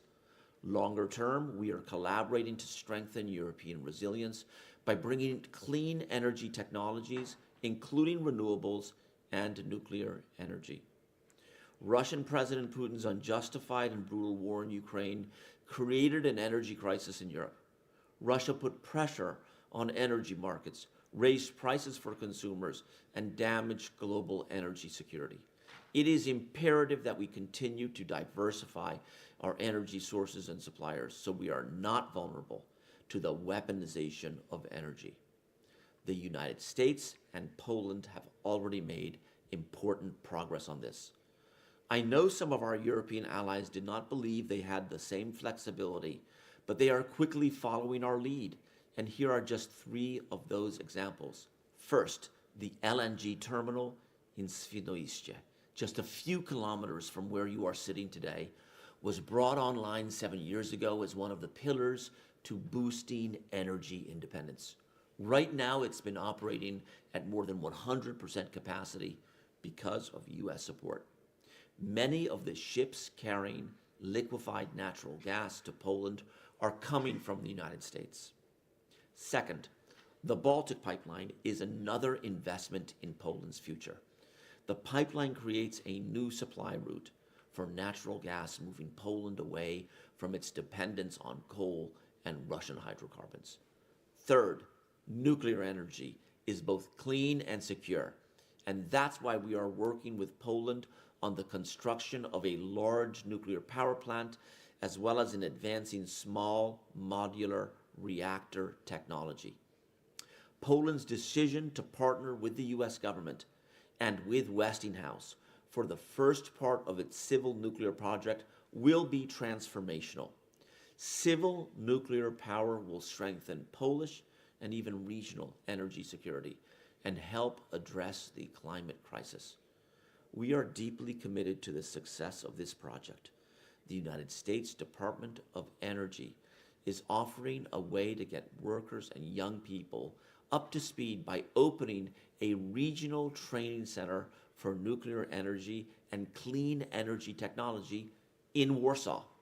The training center could offer courses in person and online to help build capacity and interest in the nuclear power industry, further connecting Poland to our great universities and to our national laboratories. In so many ways, this is just a first step.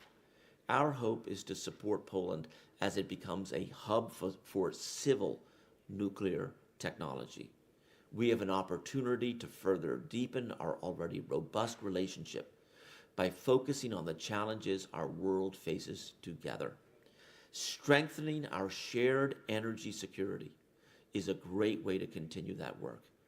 Energy is the fuel for success. It leads to innovation and prosperity. What happens in the energy sector is connected to our businesses, to our livelihoods, and our future. There is a lot at stake, but this is also a great opportunity. We must continue to work together to accelerate the energy transformation and avoid the worst consequences of climate change. And we must work together to ensure that Russia can never weaponize energy against our friends and allies again. Dziękuję za uwagę. Thank you very much for your attention. Thank you very much, Mr. Ambassador. Thank you very much for your message. We are a bit closer than a couple of kilometers from the LNG terminal, actually. I believe it's this way. I think it's less than 1 kilometer, so we are in a good location because Świnoujście, as you know very well, is not just the heart of the Baltic Sea, it's also the power hub for the entire European region, the Three Seas initiative, owing to the LNG terminal. This speech by the US ambassador shows that our thinking about regional security is not just about the military, it's not just about joint policy, it's also about the energy sector. And I have a question to Rafał Dudkiewicz. Green transition, weaponization of energy resources, using energy sources as weapons, war weapons, how does it all affect the way you do business? How does it affect entrepreneurship? Good afternoon, ladies and gentlemen. Before I answer your question, I must recall a memory, because whenever I look at Mark Brzezinski, I remember a visit that was paid by his father, and one day he was in Wrocław, and the mayor of Lviv, Lubomir Buniak, was there at the same time. I believe it shows how important it is to get American support. The Mayor Bruniak started talking about the collapse of the USSR, how the sovereign Ukraine emerged, how they observed the movements of the Russian army, the Soviet army. And Zbig, at some point was listening to it and said, Mr. Mayor, we had a look at it too, and it was a bit different. And he provided the minutest details of what was happening back then in the Russian army. When it comes to the power sector, I believe that the major obstacle and major challenge for the entrepreneurship is, on one hand, the growing prices of energy, and on the other hand, I think it's about new energy sources, renewable energy sources, and this is something disturbing for the European Union, but I believe that we can handle it. Namely, it's about the new American decisions on supporting green energy. We talked about red tape in Brussels. American solutions don't have this red tape factor. They are much faster. They can be a threat to the European Union because the European Union wants to be a leader in the green transition. But a more serious problem is China. And here we can talk about how the world is divided. And this is something can be found in the title of this panel. I have recently saw some interesting statistics, figures showing the distribution of production of different devices and components in the green energy sector, modern cars, modern buses, wind farm components. And China produces more than 50% in each category. It shows the scale of the challenge we are facing. And to answer this and face this challenge, I want to come back to your question now. Polish entrepreneurship as Poland is luckily a part of a greater deal. In our case, this deal, this order, is the European Union. When I hear different whispers that constitute this Polish anti-European drifting, as I'd call it, it makes me concerned. Please pay attention to the fact that the war in Ukraine, climate change, the issues concerning the acquisition of new renewable energy sources, all these issues show how important it is to be a part of this bigger family. In other words, to protect our sovereignty efficiently, it is good to know that we've made decisions in which we gave away part of this sovereignty. And now I'm going to return to the issues concerning the NATO, and that will take me towards the issues concerning the division of the world that you often find in Western movies. You've got the good ones and the bad ones. It's so good to be on the side of the good ones. One of my favorite anecdotes from early 90s goes as follows. It is a story of when I was on holiday in Italy. A young Italian would teach my son how to swim. It was in a swimming pool. And my wife said, why don't you thank him for that? So we went to the bar, we drank grappa, and I asked him, where are you from? He was from Rome. So he asked me, where are you from? I said, you will not know. I'm from Wrocław. And he rose his finger and said, Wrocław, Brzeg, Oleśnica, Legnica. These are small locations of Wrocław. So it turned out that he was a NATO officer. He used to bombard Lower Silesia. He knew all the military airports back there.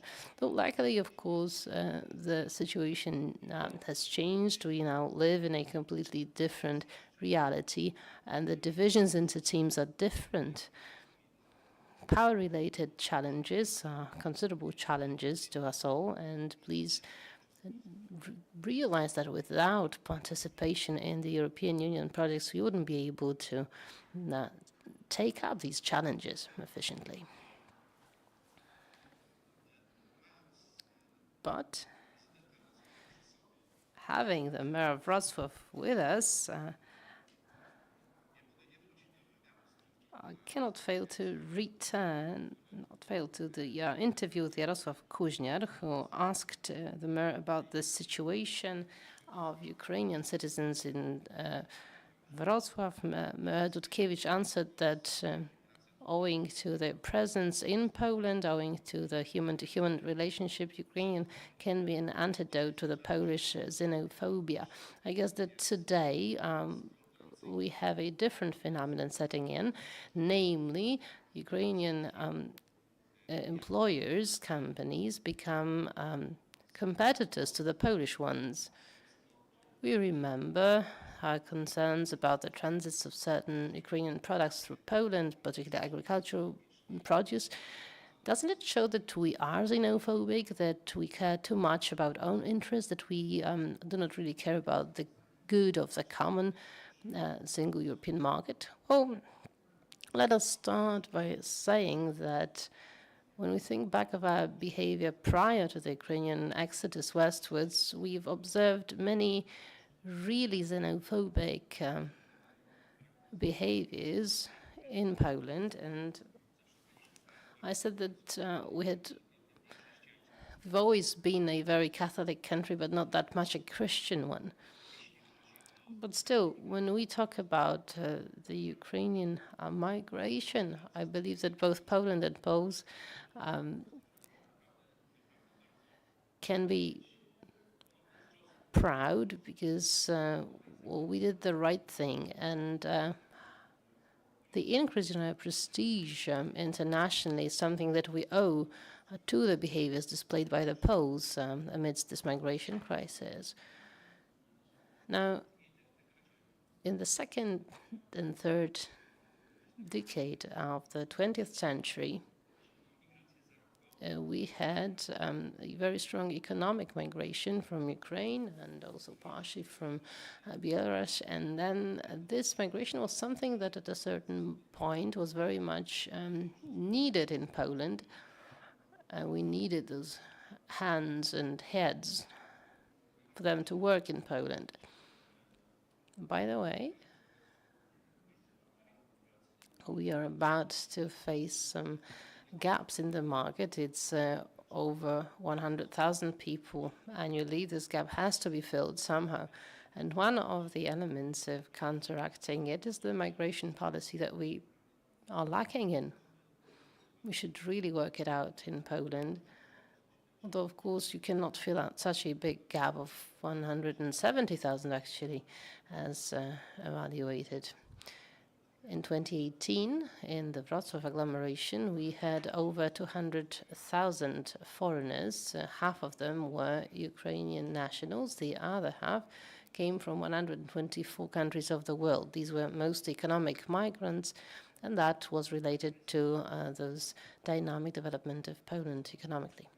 Following the 24th of February last year, the migration situation, as mentioned here, changed, and some of Ukrainian men had to leave. Women with children came. Having so many well-educated people in the market, we are often in a position in which we are not able to offer them a sufficient number of the positions that they would actually like to hold. So attractive enough job offers. The process that is related to a certain assimilation, or whatever way you call the process, is a process that has been going on pretty well in Poland. There are no social tensions observed, be it for some minor incidents. Usually when you've got migration waves, you do have substantial tensions. So far, touch wood, we've managed to protect ourselves against such phenomena. When we talk about this component element of competitiveness that you've mentioned, in the talks I've been holding for a while now with the Polish entrepreneurs, actually we do not hear about competition and its negative sides. So our economy appears to be ready and finds competition to be a factor conducive to development. So competition is not considered to be a negative phenomenon, at least so far. Professor Jan Makmalski is with us, the ambassador of Ukraine to Poland, professor of the Lviv University.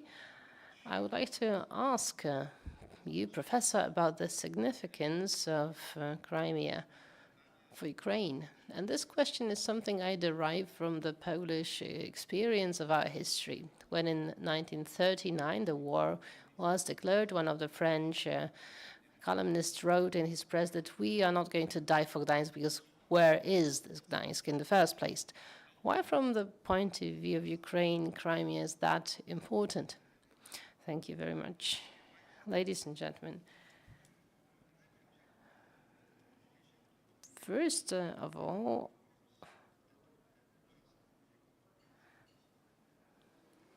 given this difficult context for my country, I would like to take this opportunity to thank all the Poles and the Polish state for this enormous help and support of Ukraine and Ukrainians in their fight against the aggressor.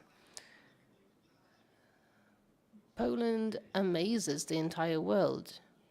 You've opened up not only your borders, not only your homes, houses, but also your hearts and souls for every Ukrainian. You've accepted millions of Ukrainians who've been escaping this horrific war. In a very short time, we've been through this path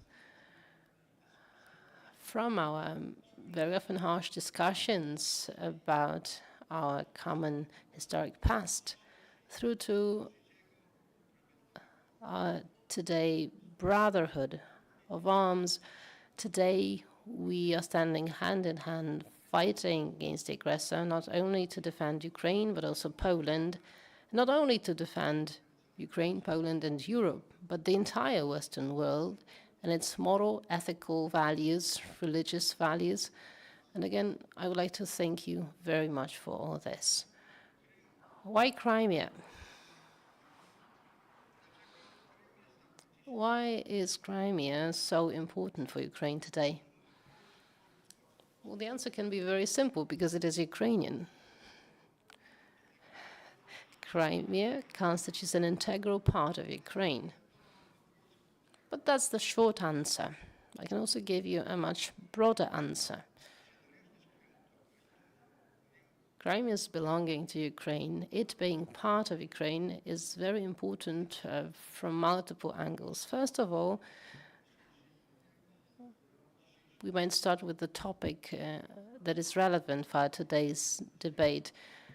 So the world order, the Cold War, international law. According to the international law and this order that we've used to live in the period after the Second World War, the Potsdam and Yalta time, according to all the documents signed, according to all the decisions signed after the collapse of the Soviet Union, also there were documents signed between the former Soviet state and then Russia and Ukraine. Then there was the Budapest Memorandum guaranteeing the territorial unity of Ukraine, its sovereignty, and Crimea being part of the state. So we can see that it has a great significance to today's debate about the future shape of the international order. Today we know that there is a certain degree of anarchization of international relationships. Huge players, countries appear to be nostalgic, thinking about their areas of interest that made them privileged. We know about the shapes and divisions of the countries of the 19th century. Each power had their own interests. Concerning also our territory, that also provokes thoughts. Now, in the context of why Crimea has to stay Ukrainian, it is Ukrainian, we need to mention that there are multiple scientific theories. There is this polycentric theory that in a certain way legitimizes the attempt of great superpowers today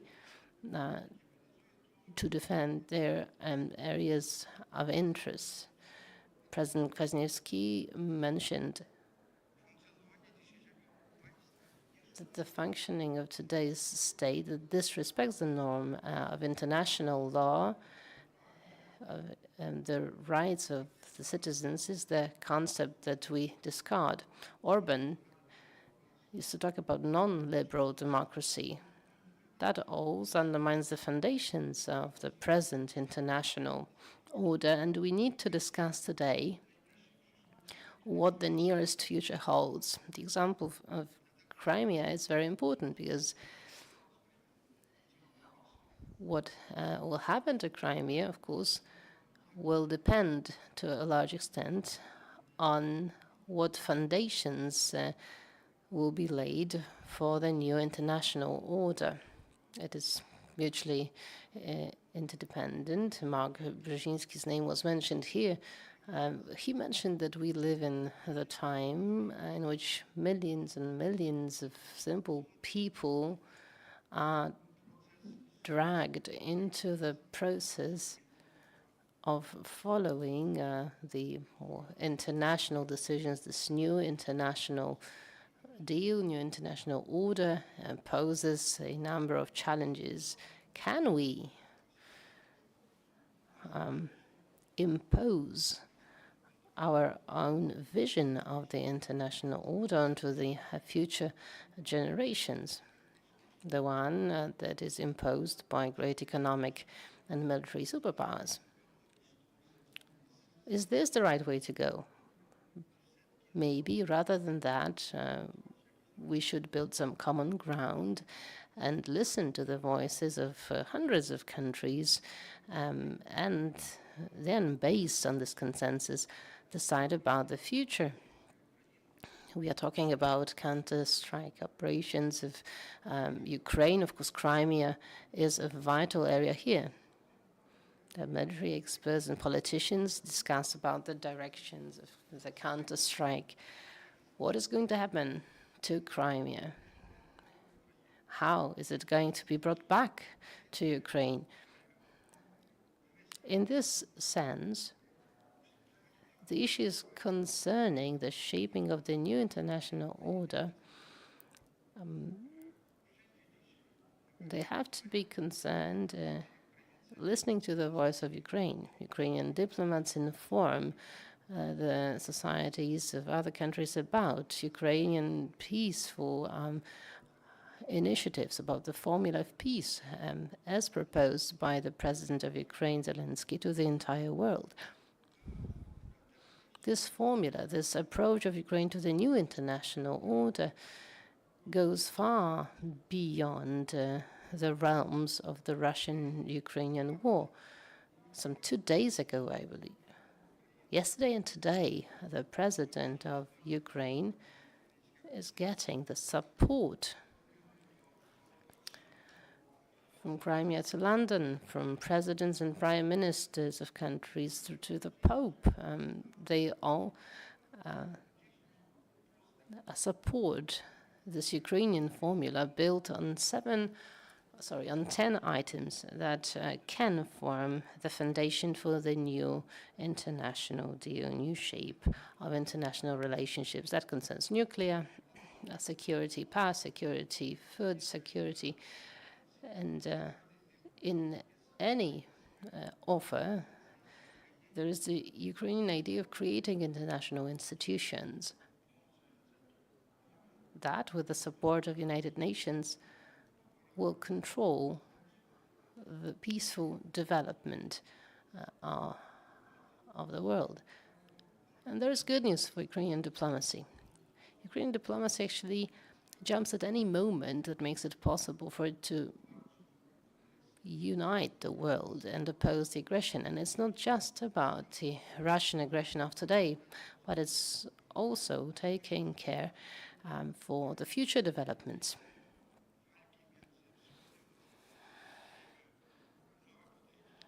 So we are getting the new approach to the fight between the West and the East. We get the Western world and the huge South.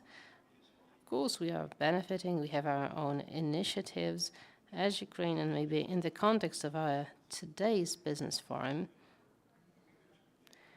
we are talking and will be talking about the initiative of the 3 Cs, a very important initiative for Ukraine. Implementing our current international policy of Ukraine, and in the light of our diplomatic operations, we do our utmost to create small diplomatic alliances related to different aspects of our activity. Of course, it is about the use of building on the strength of the Eastern Partnership, the Visegrad Group, the Great Britain, Poland, Ukraine, ally Europe, the Carpathia, and so on, agro-union, and building on the possibilities of using the ideas and the initiatives related to the 3 Cs. The 3 Cs initiative is also significant to the development of the entire region.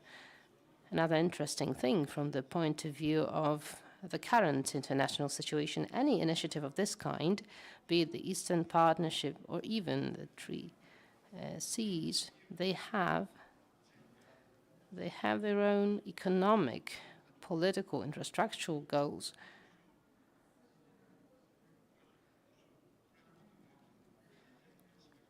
All of them today need to add another aspect to the set of their assumptions and goals, and that's the aspect of security. It has to be the part of all of such initiatives. Professor, Ambassador, diplomacy and diplomatic talks require trustworthiness.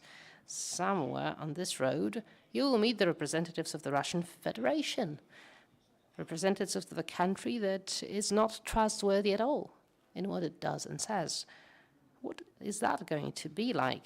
Well, it is a hard question. Well, today we are not meeting the representatives of the Russian diplomacy in this way. We have a very clear position.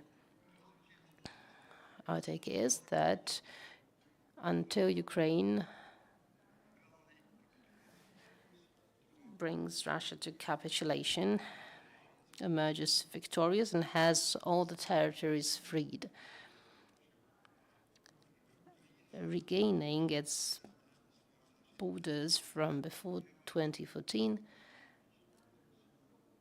our stance is clear. There is nothing we can talk about with Russia. Ladies and gentlemen, as we can see, maybe it is not the return of the Cold War, but certainly this is the beginning of the new global and or international order. In the past, we described that extensively because that was dictated by the deal of 2 superpowers, the USA and the Russian Federation. Today, it is not just the trustworthiness, but also military, economic, power-related powers of Russia, its potential impact on the world, all that has been diminished radically as a result of the aggression. So there is a new player lurking around the corner, that is China. The second global player is emerging, and quite naturally it's going to minimize the role of Russia. What is the take of General Bienik on that? Well, I witnessed the change of strategic concepts of NATO over time, particularly following Lisbon concept, and I co-created it. And I was in the US when Obama held his first term of office and the second, and I saw the American shift concerning the presence of the US in Europe. It was still present in Europe, but the presence was diminished. And then the economic and military and political potential and social potential was shifted towards the Far East. Building the alliances, well, the alliance of the US was always very strong with Japan. Now, the one was built with Australia and New Zealand. Southern Korea was also invited. It also depended on the US very much, owing to the presence of unpredictable Kim Il-sung as a neighbor, and then Kim Il-jong, his successors, and then building the alliance between Southern Korea and Japan, a very important alliance, is something that we've observed. They were important because what we had, well, between them was called friendship. That's how we could call the relationship. And there was this rising power of China building a huge number of air carriers, well, maybe not that huge, but also a number of the vessels, the destroyed submarines, and building the A2A2, so anti-access system to Chinese territory and also seas, based on the missiles, sea, land, CC, but also anti-radar system and the aircrafts of the 4th and 5th generation. All that was created in order for the huge fleet of American air carriers, supported by submarines and allied forces, was not able to enter the territory that they believed to be theirs. So Southern Chinese Sea, Taiwan, that actually politically is part of China, but it's an autonomous part of China, as accepted by many states. All that is created with an enormous economic power of China. If you look at the global GDP, 24% is produced by the US, 20-something percent the EU and the UK, and 25% China itself. And the last is the rest of the world. So we cannot underestimate, Mayor Żmurkiewicz noted very rightly that if you look at the global production of all kinds of highly advanced products, China has 50% in every single category, but China cannot flourish without the world, and the world cannot flourish without China. We can see that the global transfer of goods and services, the global logistic chain can get broken. So we're in check all the time. Have a look at why Sarkozy took a big team of entrepreneurs and Ursula von der Leyen. They went to China. And Sarkozy was the leader. I'm sorry, Emmanuel Macron, my mistake.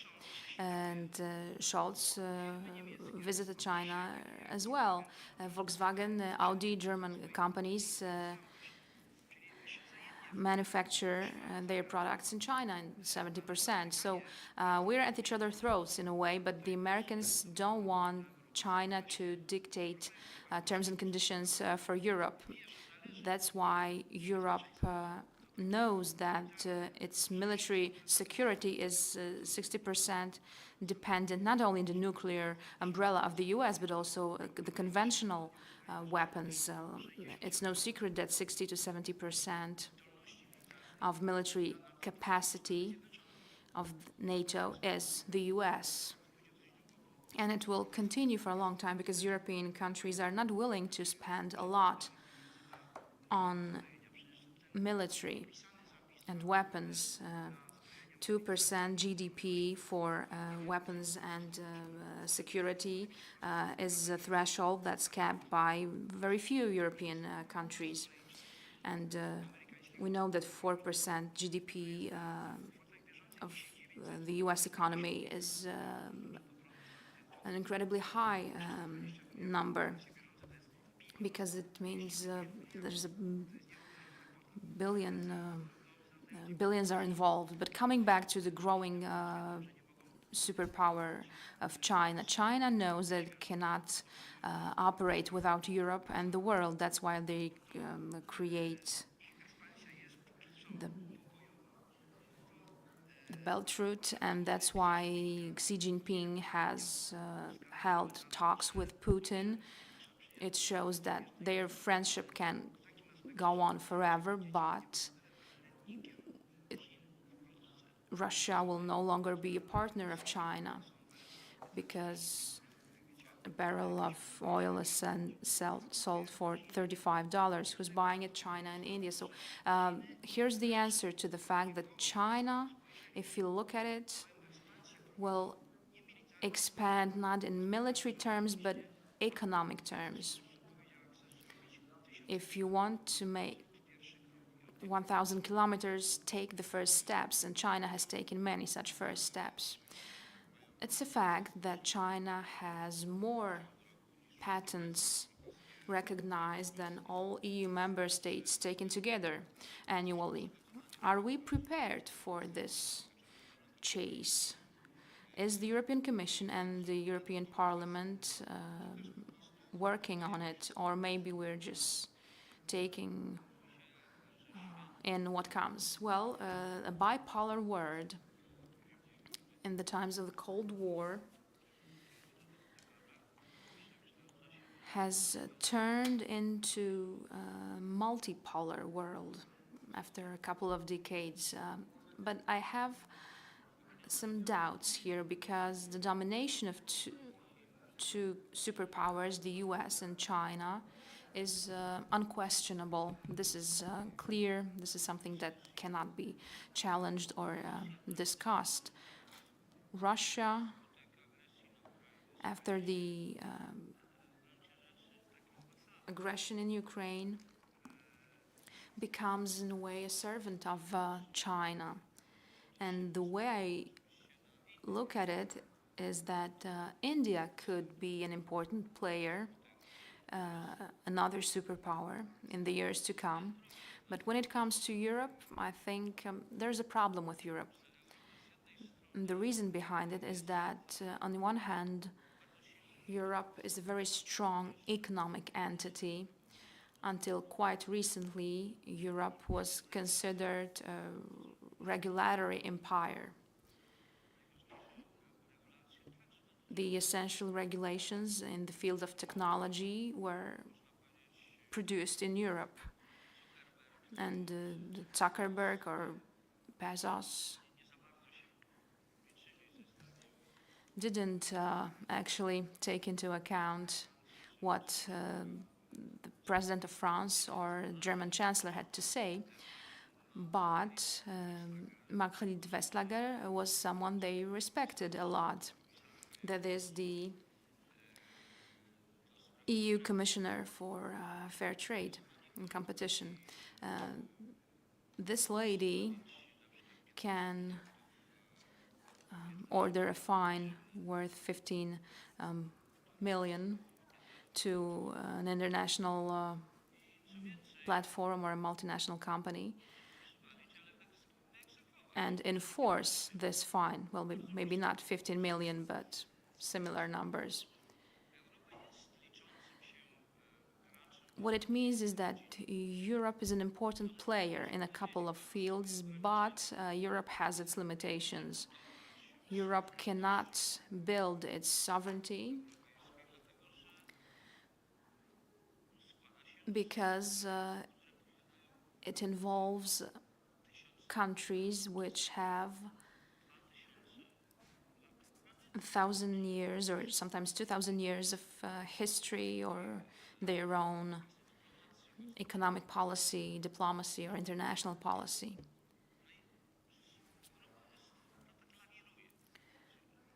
Europe is taking different stances at different points in time. Europe is not very willing to participate in this controversy between China and the US because, as they say sometimes, if two countries are struggling, we are the battlefield.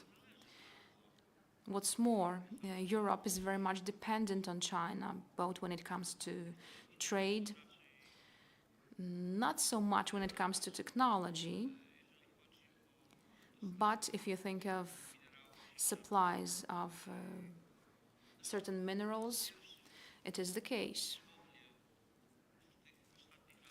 And in recent years,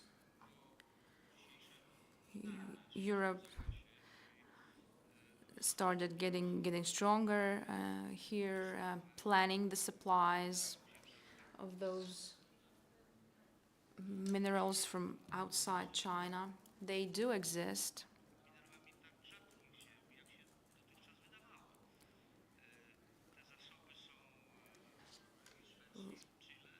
Rare earth minerals can be found in South Africa and Chile, probably in many African countries as well. But the problem with rare earth minerals is that you cannot let China be first, because they grab those minerals from any location in the world. That's what they do. So coming back to this basic topic of the direction in which the world evolves, it will not be a multipolar world in the future. The world that Russians or India dream about. It will be a bipolar world with two clear superpowers dominating. However, the position of Europe is going to be strong.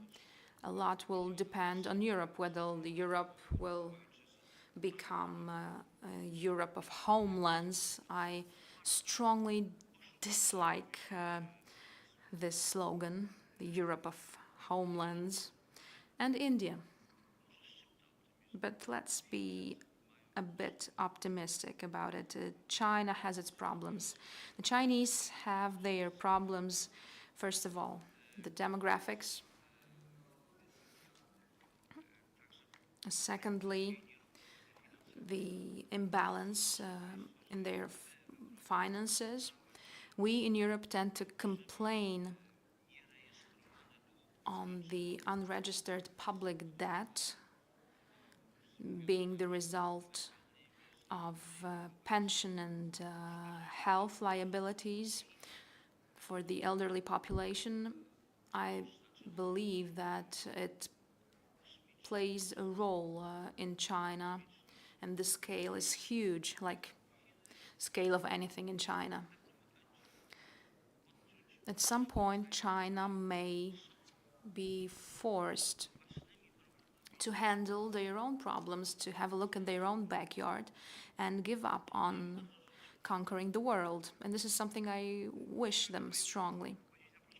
Well, I could say it at first. I live in Tetmeier Street, and when it comes to China, well, China stays strong. Just like in Wesele by Wyspiański. A special envoy to China with a special task of helping to find a solution for some negotiating platform with Russia. Are you hoping that China will help? Do you think China will help? Well, I agree that China has its problems, and I believe they have more than a billion of problems, but it's interesting to see the behavior of China in this war between Russia and Ukraine, because what China does reflects their diplomacy. They wait and see. After Russia-China talks, Putin seemed sad. After the talks between Ukraine and China, where China provided some guarantees that they will not provide weapons to Russia, and after sending a special envoy to analyze the situation in the Russian-Ukrainian war, and after assessing the future situation and the ways for and mechanisms for ending the war, China clearly has its great geopolitical plans. Ukraine is crucial for China from many perspectives. We talked about the economy. Clearly, when China looks at Ukraine, they perceive it not as something very noteworthy, but they see it as an opportunity and an instrument for standing in between the European Union and the US. And they also want to create their own positive image for the entire world. From the economic perspective, Ukraine is important for China, first as a transport corridor for exporting Chinese goods to the European Union. China cannot rely on Belarus in this respect, the way they used to. And today this opportunity opens up because it seems that China as an intermediary can be most effective in bringing an end to the Russian and Ukrainian conflict, because Putin and Russia will not consider any other state apart from China. There's no other state in the world apart from China to dictate anything to Russia. Clearly, in the nearest future, we'll see the full occupation of Russia by China, the economic occupation, large investment projects in the Russian economy. We know it all too well that once you have the infrastructure in another country, you have some political influence as well, and China is very much interested in investing in Ukraine.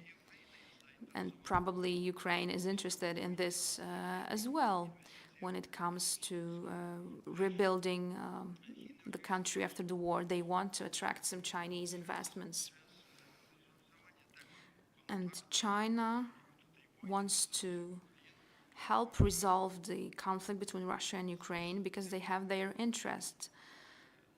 What Prime Minister has already said here is that China wants to be one of a part of this multipolar world. We'll have the US and the entire democratic world on one hand, and China on the other hand, followed by Brazil, and so on.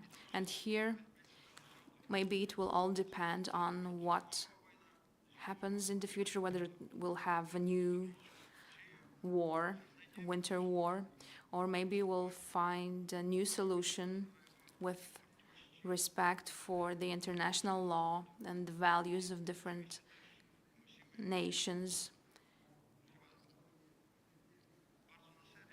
Clearly, we need to be serious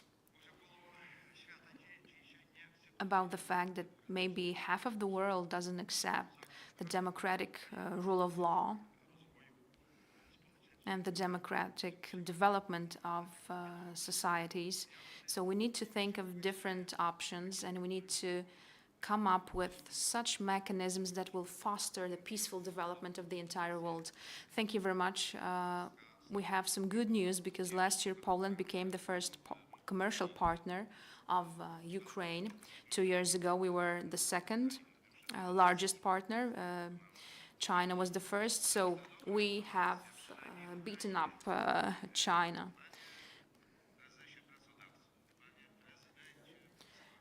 Mr. Mayor of Wrocław, the historical, beautiful city, Mr. President, what it's going to be, what this new order, New Deal look like from the perspective of you as a local government official? You have a PhD in formal logic.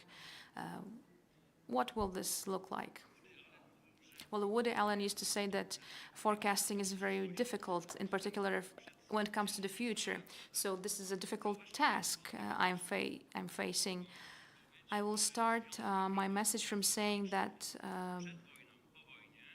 saying things like before the war or after the war, these terms have changed their meaning because when Poles used such terms, they were thinking about the Second World War. When they say it today, they're thinking about the Putin's aggression in Ukraine, and I can feel it, and it shows how tragic this event was, and I'm thinking clearly about the war in Ukraine. Secondly, we are used to the fact that the good always wins. And Putin's aggression shows that the evil doesn't die. And it's a tragic lesson we have to learn, and we're learning still. We talked about China and the role of China, but we didn't say anything about the tension between China and Taiwan. And it can be the key to the future of the world as well. I think that from our perspective, from our point of view, the most important thing is whether European countries and the countries of the Transatlantic Alliance will be able to abandon their national egoism and focus on strong cooperation within the EU and NATO. This is the key to success if you want good to win and Ukraine to be a part of NATO and the European Union as well. As you've heard, the new international deal actually is dependent on us. It depends on us sitting here at this 15th Business Baltic Forum. Thank you very much. I would like to thank my wonderful panelists, friends, dear gentlemen. Thank you for your time. Thank you for your understanding. In collaboration with Jacek Piechota, I would like to now invite you to a 15-minute break, and let's be back for the next panel.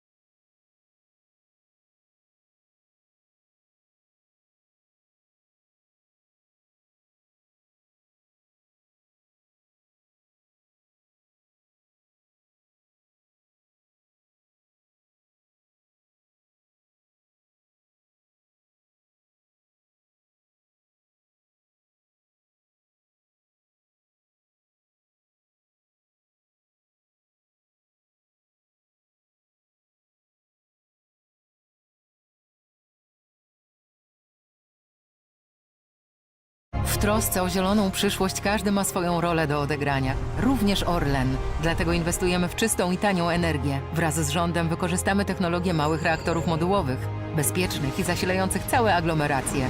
Orlen.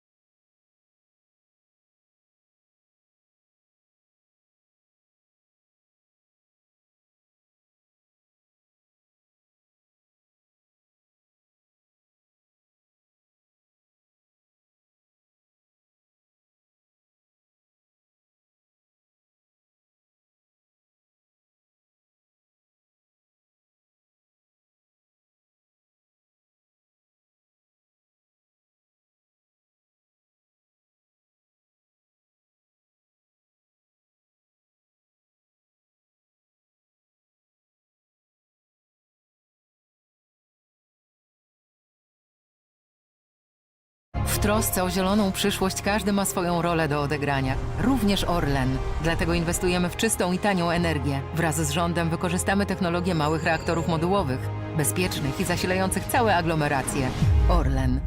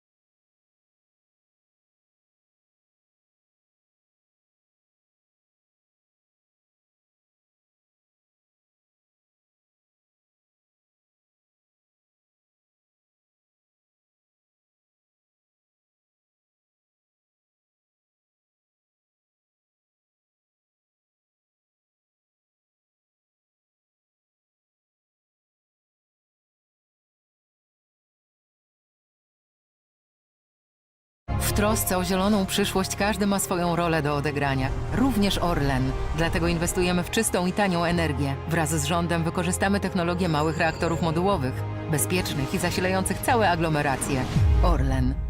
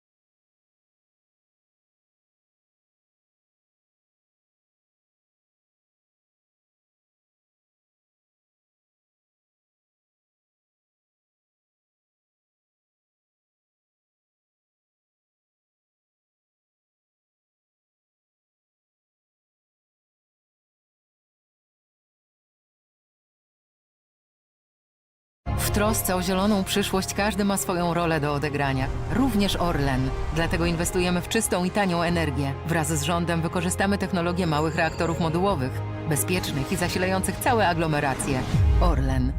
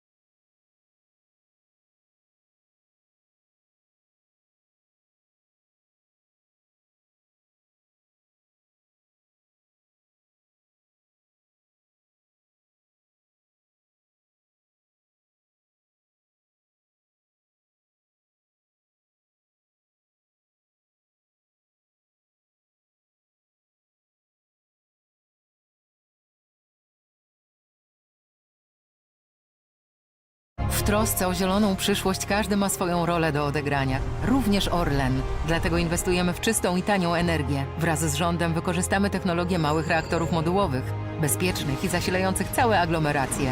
Orlen.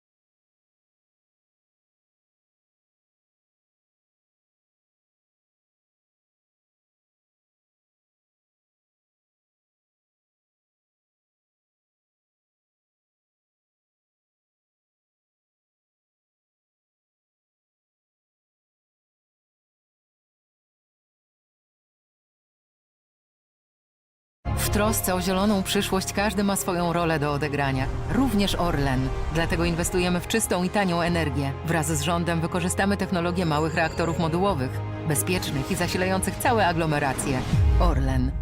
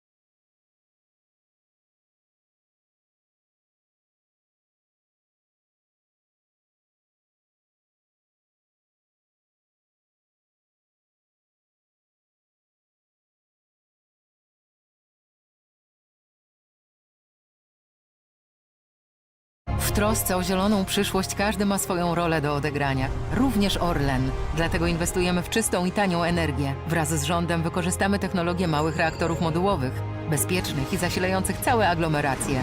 Orlen.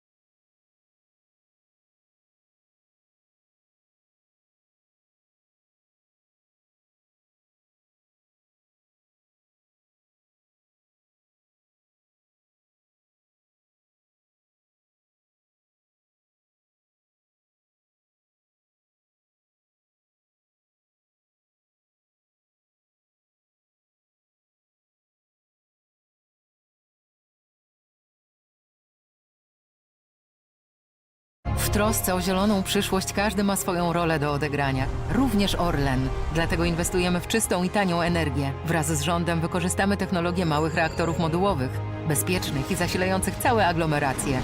Orlen.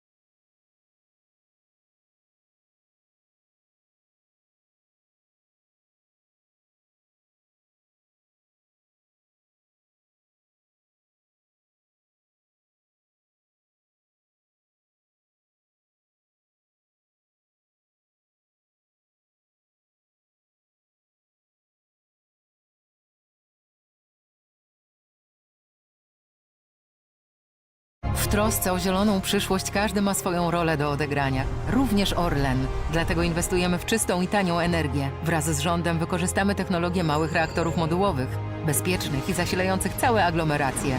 Orlen.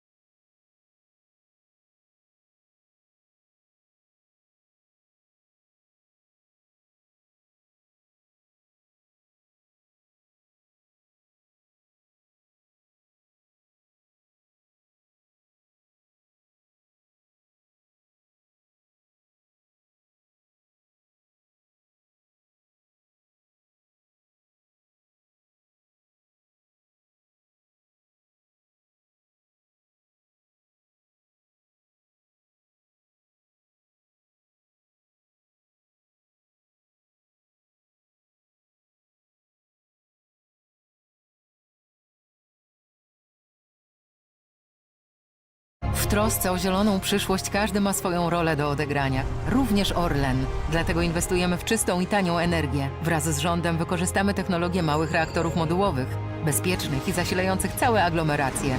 Orlen.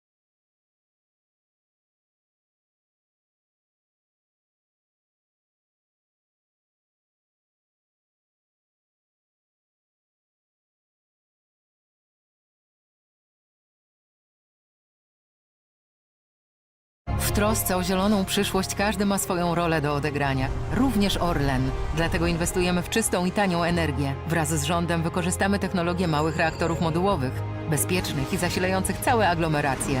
Orlen.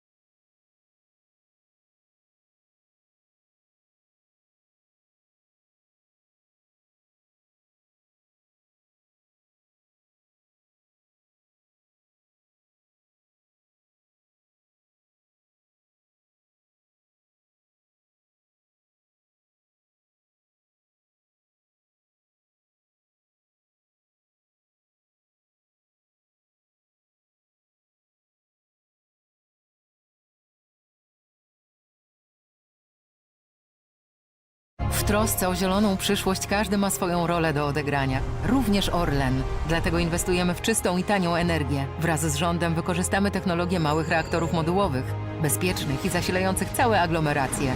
Orlen.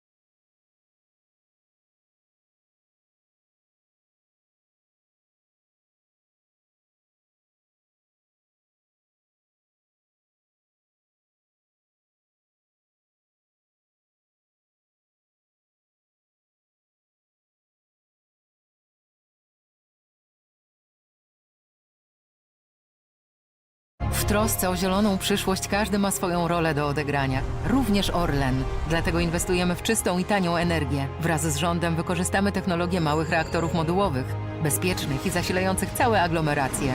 Orlen.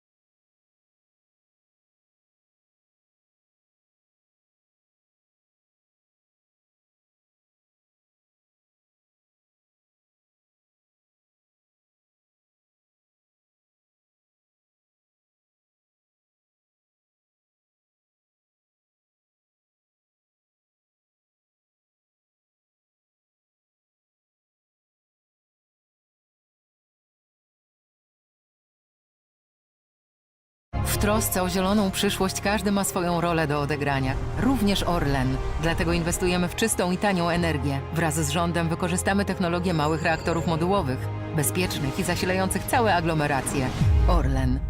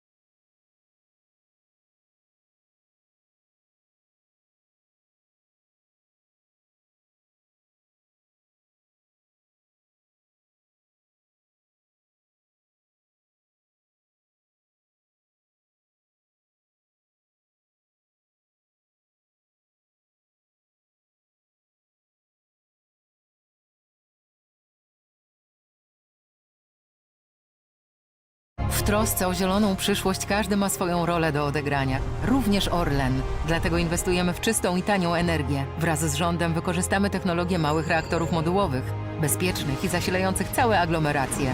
Orlen.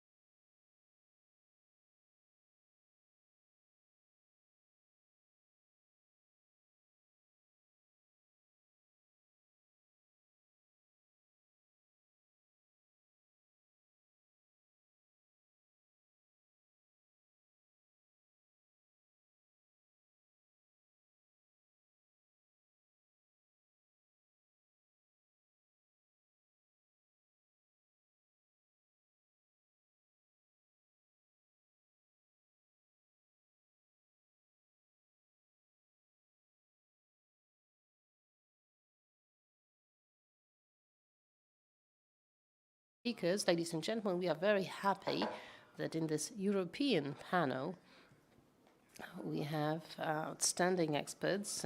We have Marek Kłoczko, president of the Polish Chamber of Commerce. We've got Jakub Karnowski, independent member of two supervisory boards of two big Ukrainian companies, Ukroposhta and Ukrzaliznytsia. We have Mr. Jacek Szugajew, president of Bank. Sometimes in Warsaw, sometimes Świnoujście, most often in Lviv. We've got Mark Malski from Lviv. Temporarily in Warsaw, we've got Ambassador Jan Piekło, Ambassador of the Republic of Poland to Ukraine, Kiev. And the panel is going to be run by Dr. Michał Matlak, who is an expert advisory at the European Parliament by the Rzeczpospolita Daily. He publishes there from time to time. But before I give you the floor, Michał, in order to enhance this family atmosphere, I would like to say that owing to Baltic Business Forum, Mark Malski had a chance to meet his father and Malski. So we are building family bonds and strengthening bonds between the Malskis. So that's our 500 plus program. It's going to turn into 800 plus from the Polish government to Polish children. Now, ladies and gentlemen, let us start with more general introductory speeches by our panelists. These will be 5-minute contributions. I'll ask 3 questions to begin with, and I would like to kindly ask you to refer to at least one of those. Of course, you might find it necessary or justified to add something as another interesting thread. Please do. The first thread is that concerning time. We know the Ukraine accession to the European Union, also the NATO, is going to take some time, a few years. The optimists at the parliament are talking about 2030, so still some time to go. In terms of NATO, probably it will depend on the time when the war ends. So the first question is, what is going to happen in the meantime? What kind of forms of cooperation should we expect prior to the accessions? There are new concepts of integration, like gradual integration, sector integration. This is something that has been going on even, but there are many ideas to that effect. So how should NATO, how should the European Union, how should Ukraine prepare to that? We certainly hope that the accessions will take place. So what to do beforehand? Another question concerns the bones of contention. I know that in this friendly atmosphere, well, we have a chance to also discuss the greatest issues. One of them is agriculture, as we've experienced recently, but there are many other contentious issues, very often from the point of view of Ukraine. We talk about the judiciary, we talk about the operations of the body selecting the judges, and we know that Ukraine is quite reluctant towards foreigners having a decisive voice, shaping the nature of the operation of that body. So these are some of the contentious issues. Where else can we expect them and how to get ready to resolve them? Of course, that's only natural when we are talking about such extensive processes, but I believe that there is a need to discuss that. And the third question is about the relationship between Poland and Ukraine. Quite natural to talk about it now and here. We've been observing that in Poland, but also in Kiev, that there has been a growing proximity. We're getting closer and closer to one another, and these feelings might and should be transformed into something more practical. There were some concepts about creating a Polish-Ukrainian federation, perhaps. There were more pragmatic, less radical concepts. For example, fostering governmental cooperation between our two governments, like the German French model. So a variety of ideas on how to build on the excellent relations that we have been enjoying in order to make sure that they are permanent and solid rather than just temporary. Let me start addressing Mr. Jakub Karnowski. You'll take the alphabetic order. Each of you will be granted 5 minutes, and if we have a chance, we will move on to the second part, and then I will have questions to particular speakers. Okay, so starting from the EU versus the NATO, well, the first thing that comes to mind is that the Polish path towards it was quite long. It started in 1991 when Jan Krzysztof Bielecki's government signed the association agreement. Ukraine has already signed it, but this is going to be a long path. Meeting all the criteria that are necessary is something that will cost some time, but I will certainly warn you against some intermediary state like quasi-European Union taking some positions that would possibly turn something more permanent. So no, of course, we are talking about serious accession process, so it's not going to happen overnight. The criteria needs to be met. But in certain areas, Ukraine is already meeting the criteria. When you look at the free media, I'd say that Ukraine today is ahead of Poland. In terms of NATO, I subscribe to what we've heard from President Alexander KWAŚNIEWSKI in his contribution, namely the membership in NATO is something that of course, the other member states will benefit from as well. When we look at the history of Poland, at its record, when I talked to Ambassador Jerzy Koźmiński, who used to be Poland's ambassador to the US at the moment of Poland's accession to NATO, then in 1997, the conviction that Poland, as the country of the former Warsaw Pact, stands no chance of joining this family for a variety of reasons, it being a post-Soviet country, that was a prevailing conviction. Joe Biden paid a visit in February in Kiev this year. He was on the train, and he was persuaded by the Polish diplomats and Koźmiński that it was a safe thing to do. In 1997, it did not seem possible that the Congress could take a vote towards making it possible to Poland or any other Central European country to join the NATO, and 2 years later we were actually a member. So I think that there is no other way but the same for Ukraine, particularly in the against the backdrop of the current war. Ukraine should become the member of NATO, and it is not even the factual victory that should be a decisive factor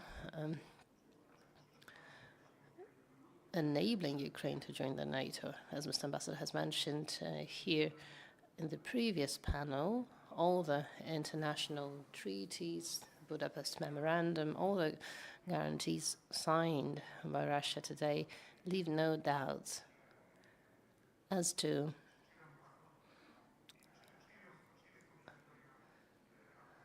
whom the territories belong to that are currently under Russian occupation.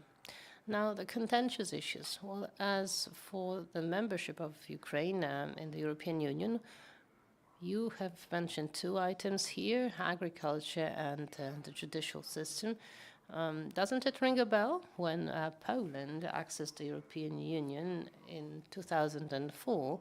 It also appeared that the big agricultural sector can be troublesome owing to competition-related issues, and that it could be problematic to the so-called old member states. Or the judiciary in Poland, there are really serious issues about concerning the rule of law.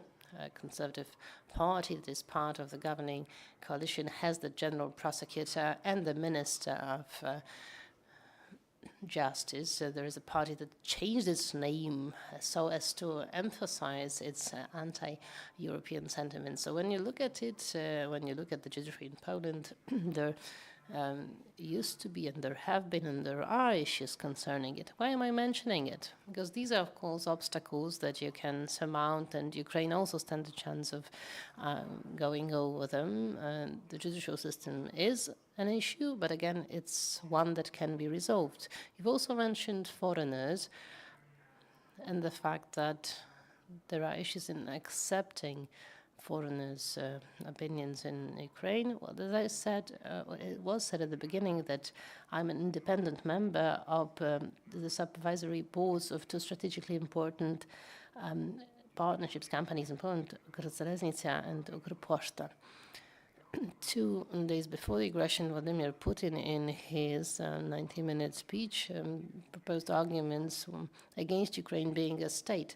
And among them, he listed the fact that in strategic companies in Ukraine, it is foreigners that make strategic decisions at the level of supervisory boards. And he said it straight away. Can you imagine that in PKP there is a German who is a member of the supervisory boards of Polish railways? So when we talk about the openness of Ukrainians to foreigners, then the act adopted some years ago actually makes it possible for even the majority of the members of critical, also power companies to be held by independent members. Some of them are foreigners. That's the best proof in the pudding that actually Ukraine is far from that kind of bias that in some extreme form we could call chauvinistic. So Ukraine is very much open to foreigners.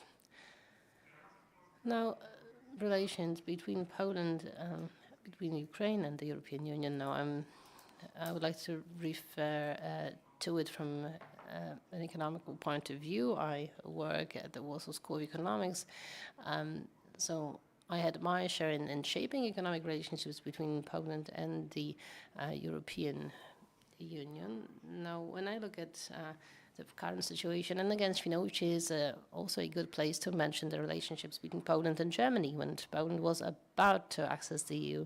And in its first years of its membership, we've witnessed some shifts in our relationships. Germans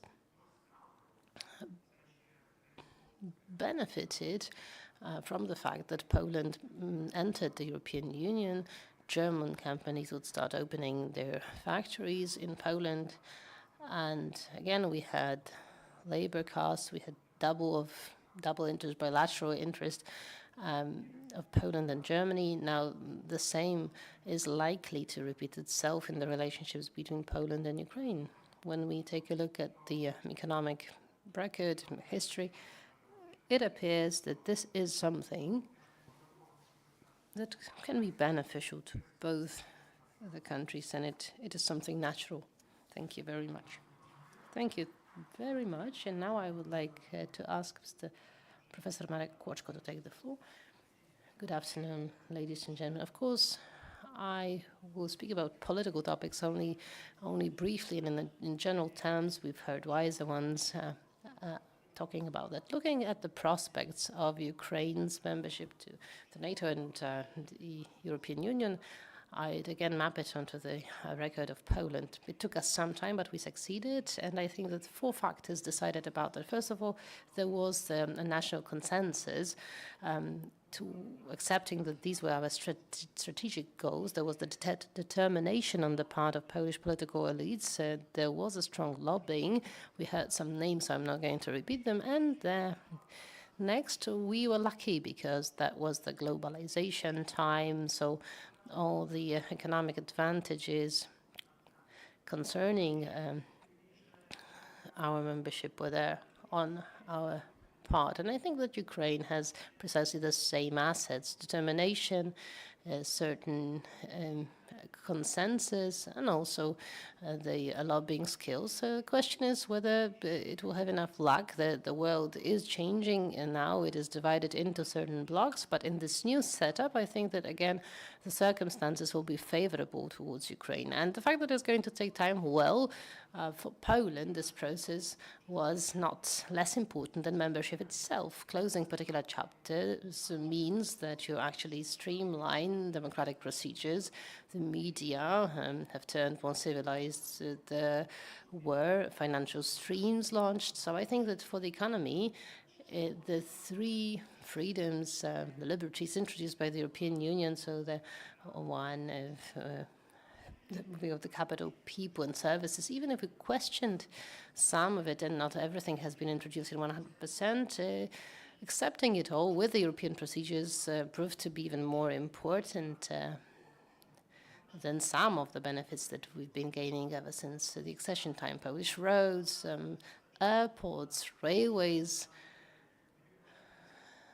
With all due respect to the former speaker, when we've introduced all the procedures, for example, concerning public procurement, it proved that, well, we can rise up to European standards.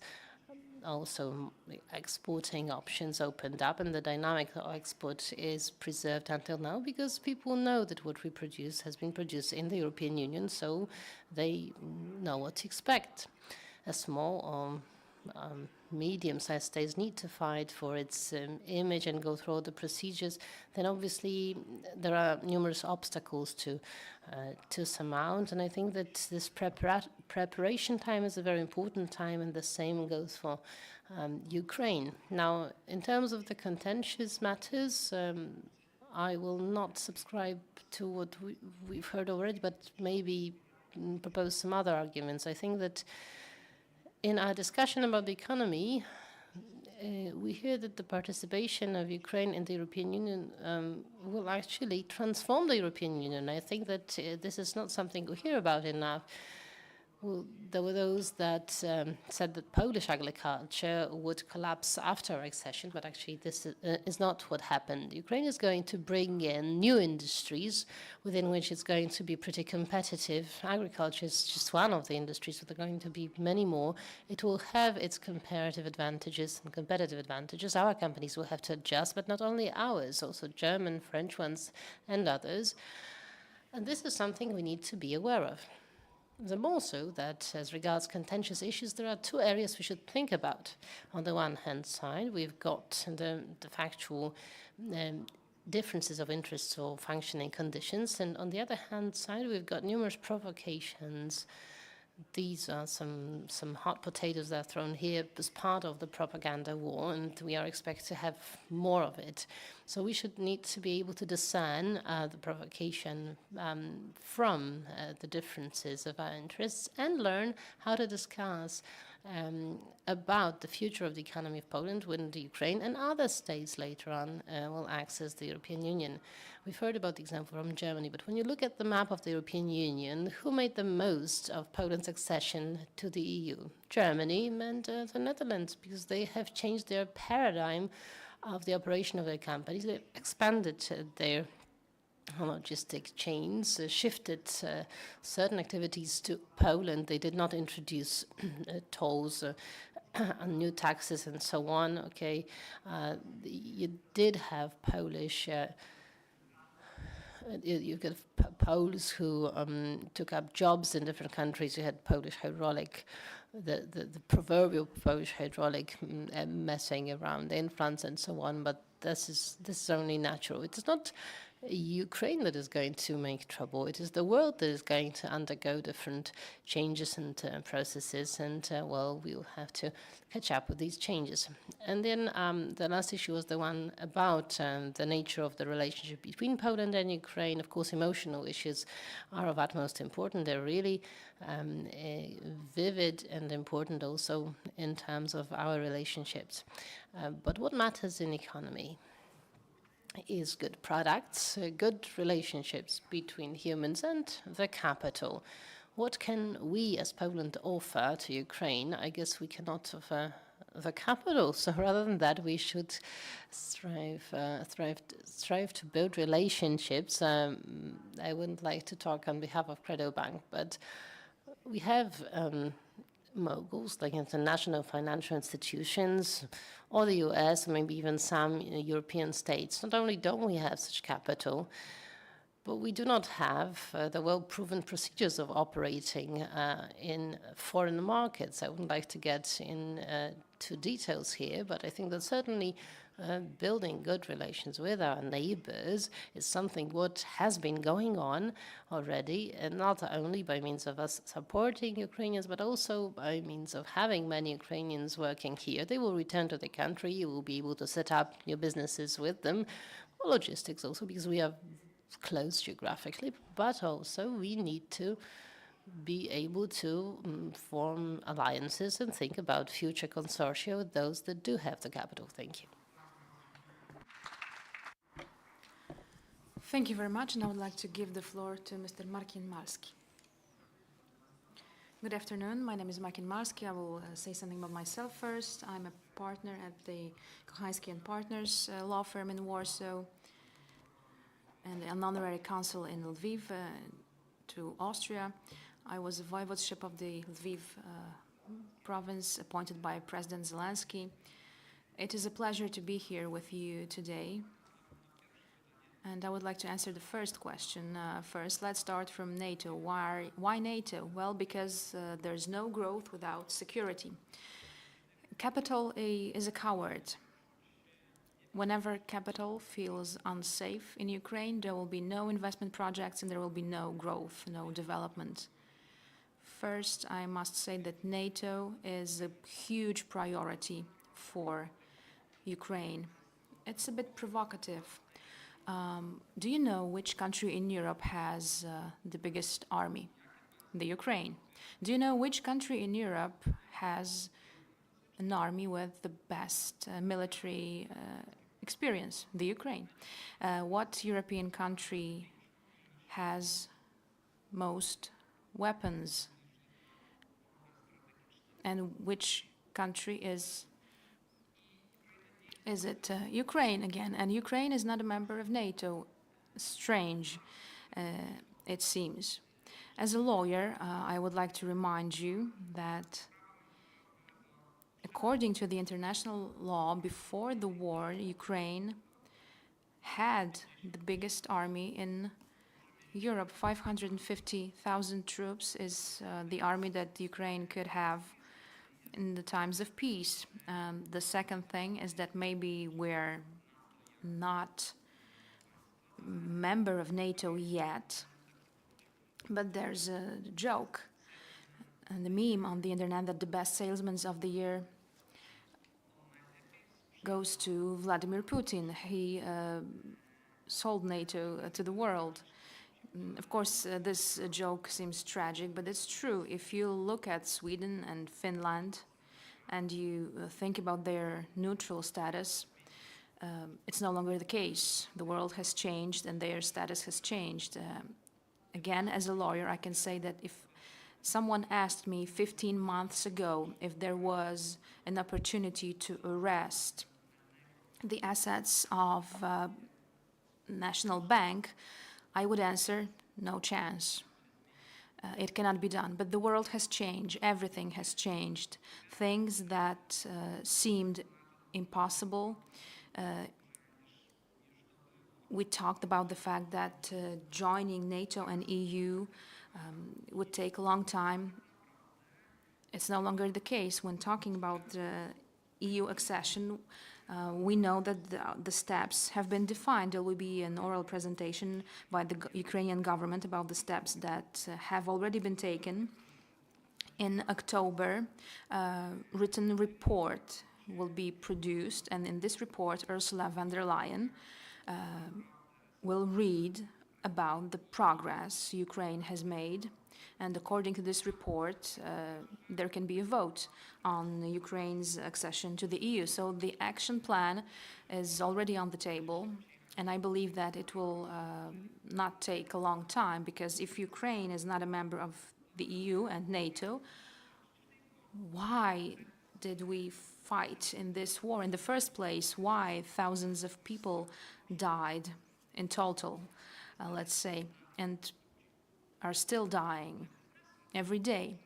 For the business, it's a big challenge that men are on the front line.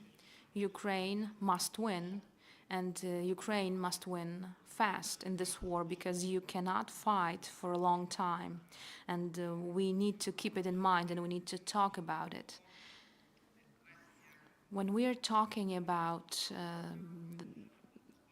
the dissenting opinions, they are important, but we set them aside on the back burner, and we shouldn't fight over it. But I think I believe that we'll have the time to debate about the differences between us, because there are some logistic aspects that should be discussed, transport permits, logistic permits, and we also talked about grain exports.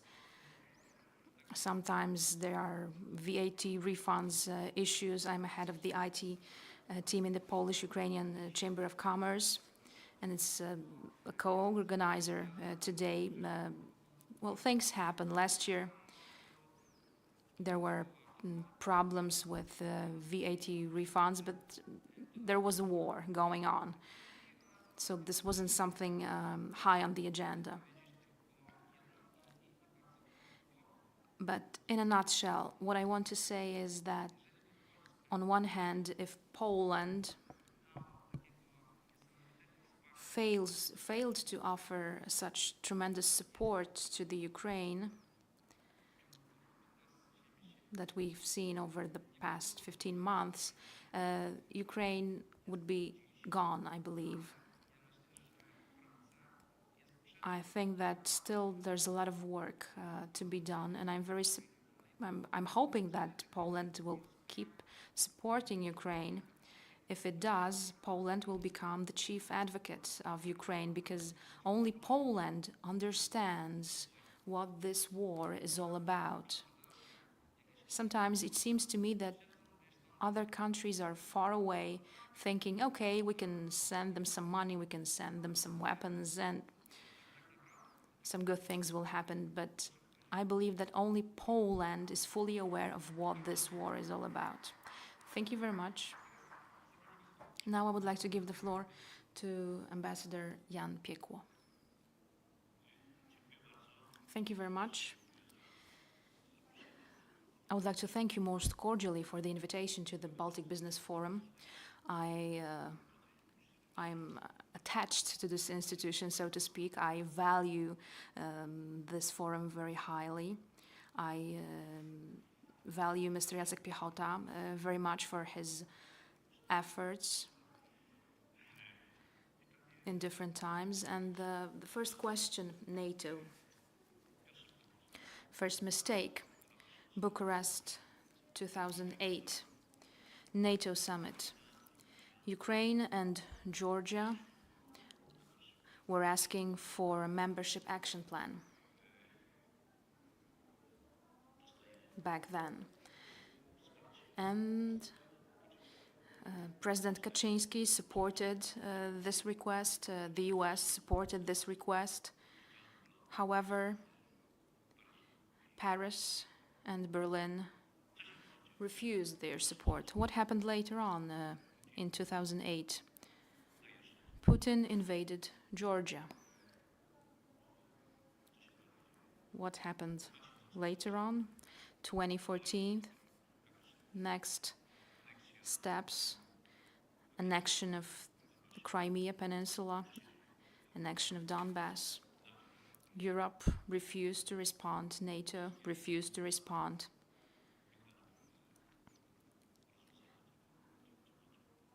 Failed attempts at solving the conflict, then a full-scale aggression in Ukraine.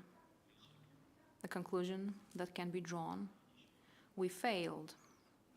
We, the West, we have failed. And now the presence of Ukraine in NATO becomes a must, becomes a reality. I'm saying it out loud, and the General Secretary of NATO, Jens Stoltenberg, speaks about it. The American administration speaks about it. The British are speaking about it, and Paris as well.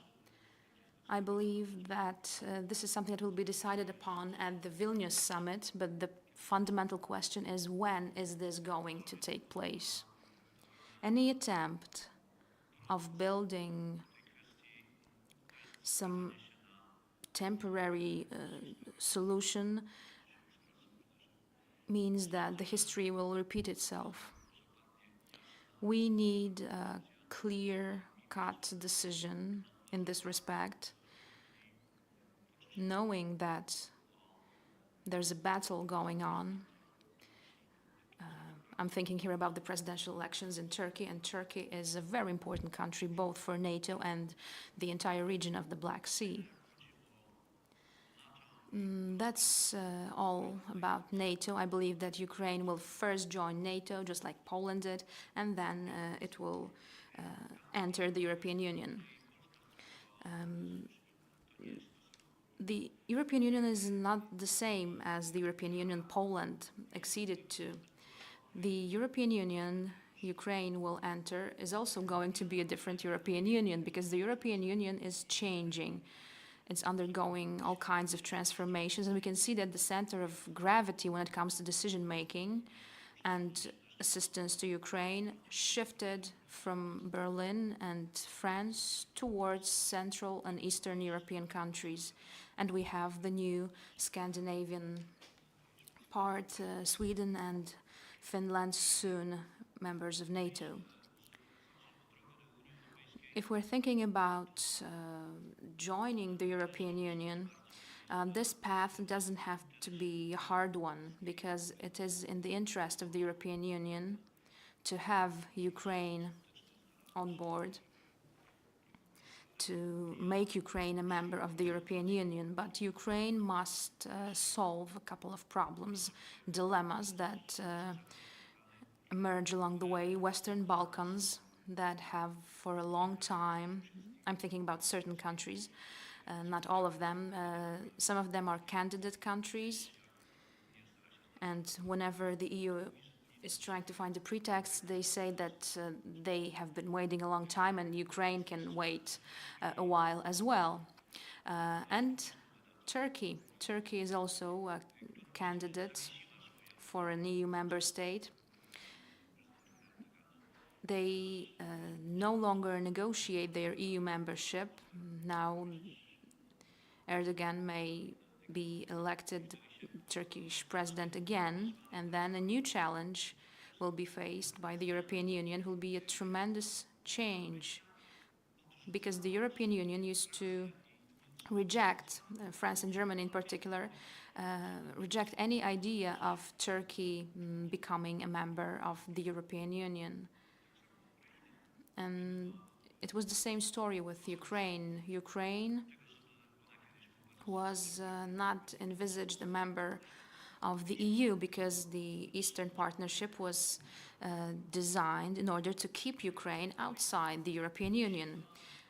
It wasn't until the war broke out, and it wasn't until President Zelensky made relevant efforts, that the European Union was in a way forced to grant a candidate status to Ukraine.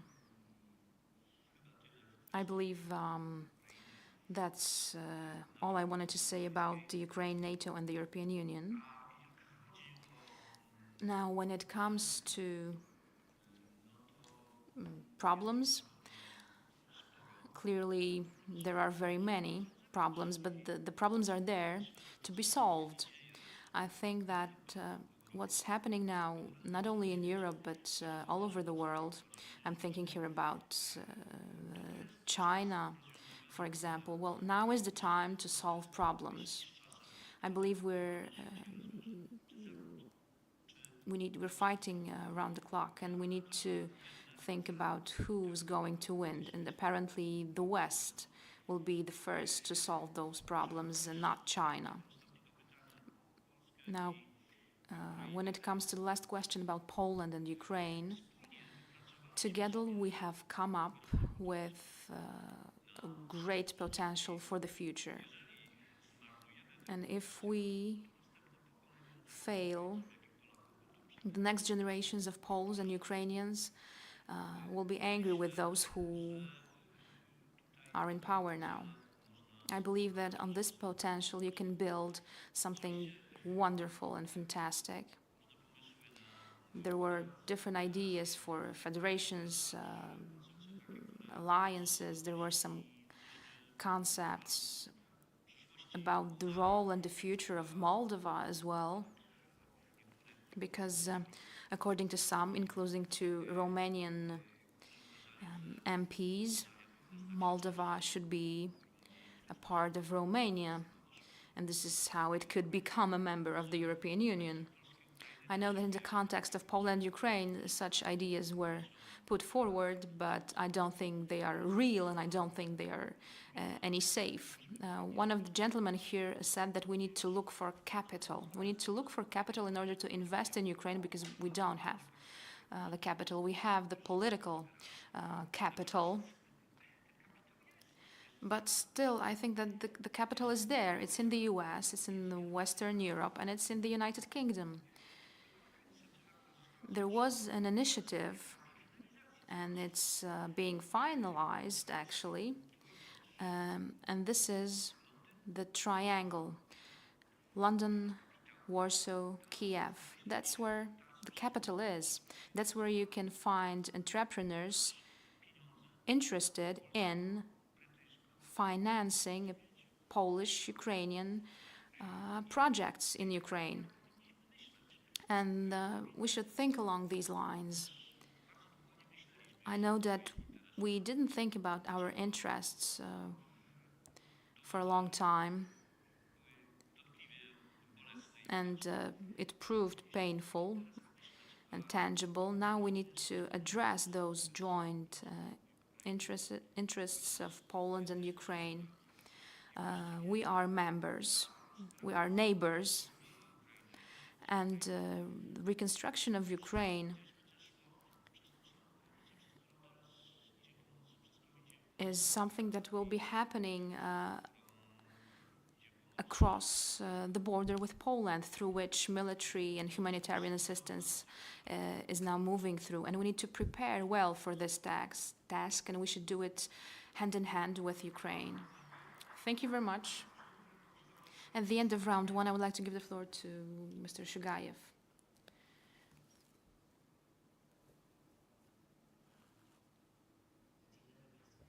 Good afternoon, ladies and gentlemen.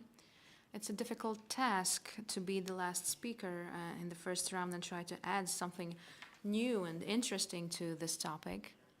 But, well, with the name I have, it's not any easier. I will have a banking outlook, a very pragmatic outlook when it comes to NATO and EU membership.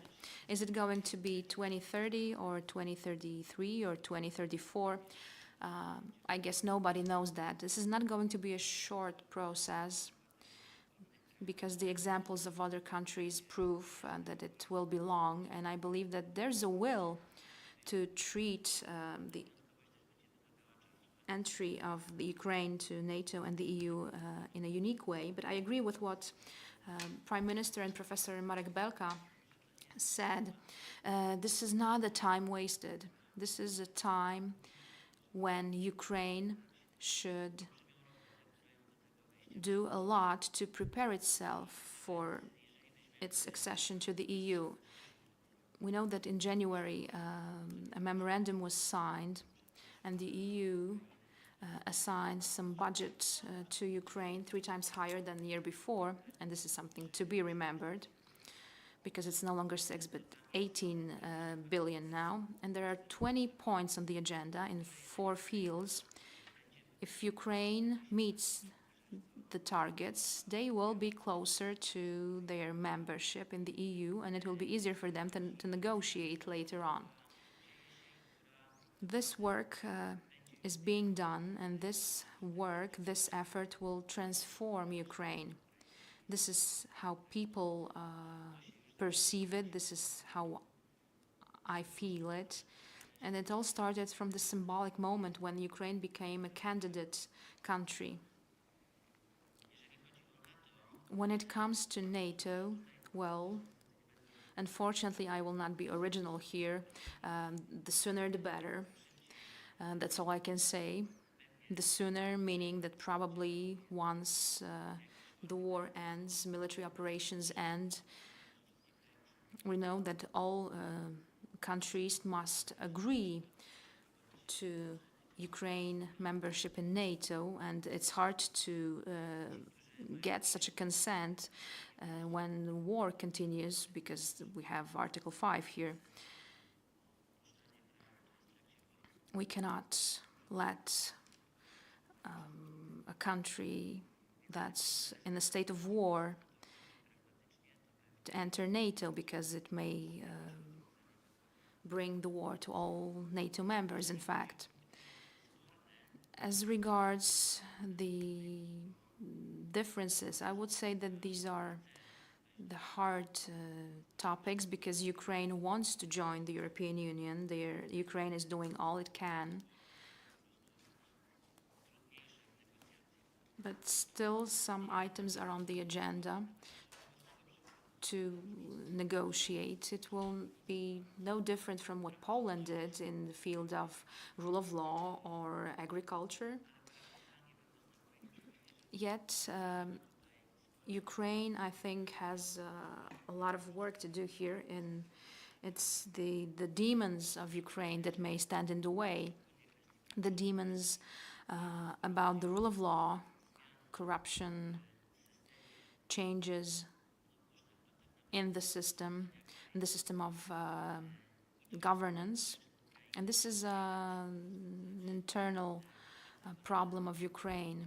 I don't think it's a problem. It's in the best interest of the candidates itself to solve those problems and adjust to EU requirements. I assume that the disinterest means that these items will be resolved fast enough for Ukraine to be able to join the family of the EU countries in as short a time as possible. And then the last point, our relationship with Ukraine. It might sound controversial, but not to repeat what we've already heard, let me say that I would not mix this enormous capital of the very positive reception of Poland among Ukrainians today after what has happened ever since the war was unleashed. I'm talking here about this very positive human capital. I wouldn't mix it with business and with this business feel. I think that President Zelensky made a point here when he was in Warsaw and had a meeting with business. He put it briefly, and I believe that it is the right diagnosis. He said, well, whoever comes first will win. So it's the early bird that catches the worm. So regardless of how warm our human-to-human relationships are, it is those that come with capital, know-how, technology, surely stand a greater chance of investing in Ukraine than those that don't have these assets. And it is hard to expect from Ukraine that it drafts tenders, procedures, adding points for the country of origin being Poland. This is something we should not be counting on, because this is something that tender procedures roll out in the ProZorro system. This system was built in order to be transparent, just for everybody, so everybody has to meet the standards, and that's our task on the Polish side, to be ready to build on this fact of being the closest neighbor and of us transferring a large portion of help, produce, services, so we can make the most of our competences, building, dry docks, logistics. And here, giving an example, also having our members in supervisory boards, them being competent, and that will increase our chances to have our share in the rebuilding of Ukraine. Let's remember that before we start rebuilding, supporting the rebuilding of Ukraine, Ukraine has to, of course, emerge victorious from the war. Before we start talking about huge funds, financial resources, those with whom we will strike this cooperation have to survive and be supported and be granted the support that they get from IBO, from the World Bank, or other financial institutions.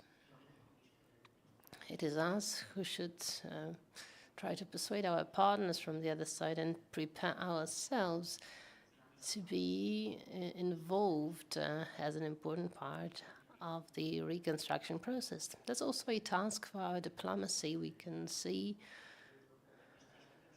that there are those lucky occurrences that after some visits of Blinken or Biden's BlackRock, JP Morgan, and ever new US delegations, because the door has been opened. And this is what the Polish business also needs, for someone to open the door and help in the matchmaking process, also using the diplomatic channels.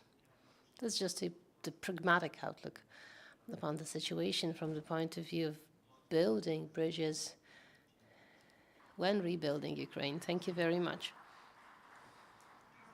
Thank you. And now, if you allow me, I'd ask one question to each of the speakers, and I'll ask you to give us short answers, because then, if possible, I'd love to give the floor to our audience members. So contributions of 3 minutes now in response to my questions, and I shall start with Mr. Jakub Karnowski, if I may, and I'd like to ask you about railway, because we've heard them mentioned a few times, that they're a symbol of the proper functioning of a country. How does it happen that in the war situation the railways do operate so efficiently. And 2 weeks ago, on my way to Kiev, I've experienced it myself, many others as well. So is it an example that we can extend into some other areas of Ukrainian economy, or is it exceptional? Zlotnica is more important for the Ukrainian economy than PKP or generally railway for Poland and its economy, and that results from the significance of transportation. I'm also talking about the pre-war era. There are a lot of, the greater share of heavier goods. Ukraine is a bigger country, but the question is justified when we compare the second half of 2022, so the wartime. The passengers to Zlotnica and its punctuality is 85%, Polish Railways 67, 18 percentage points, and we're talking about wartime, okay? How punctual the trains are. Of course, it is slightly different because up to 6 minutes is the allowed delay that is not counted as delay in Poland. It's 5 minutes in Ukraine, so there are discrepancies here. If we brought it together, then the difference would be even greater. These are the facts. It was hard for me to believe when I saw that juxtaposition of statistics. We know that Alexander Commission introduced such a possibility. And there is this next day punctuality in Poland.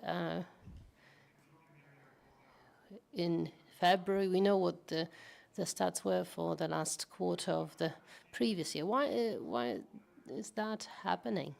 Well, I can see two items here. First of all, Ukrainians manage really well. It's also a matter of motivation, having the right people responsible for a particular industry. In Poland, well, as some of you may know, I used to head PKP, the company myself, and I used the term that I took over from Zbyszek Jagiełło, who held a similar position, and he's going to have one in Privat Bank. Actually, he's already taken over.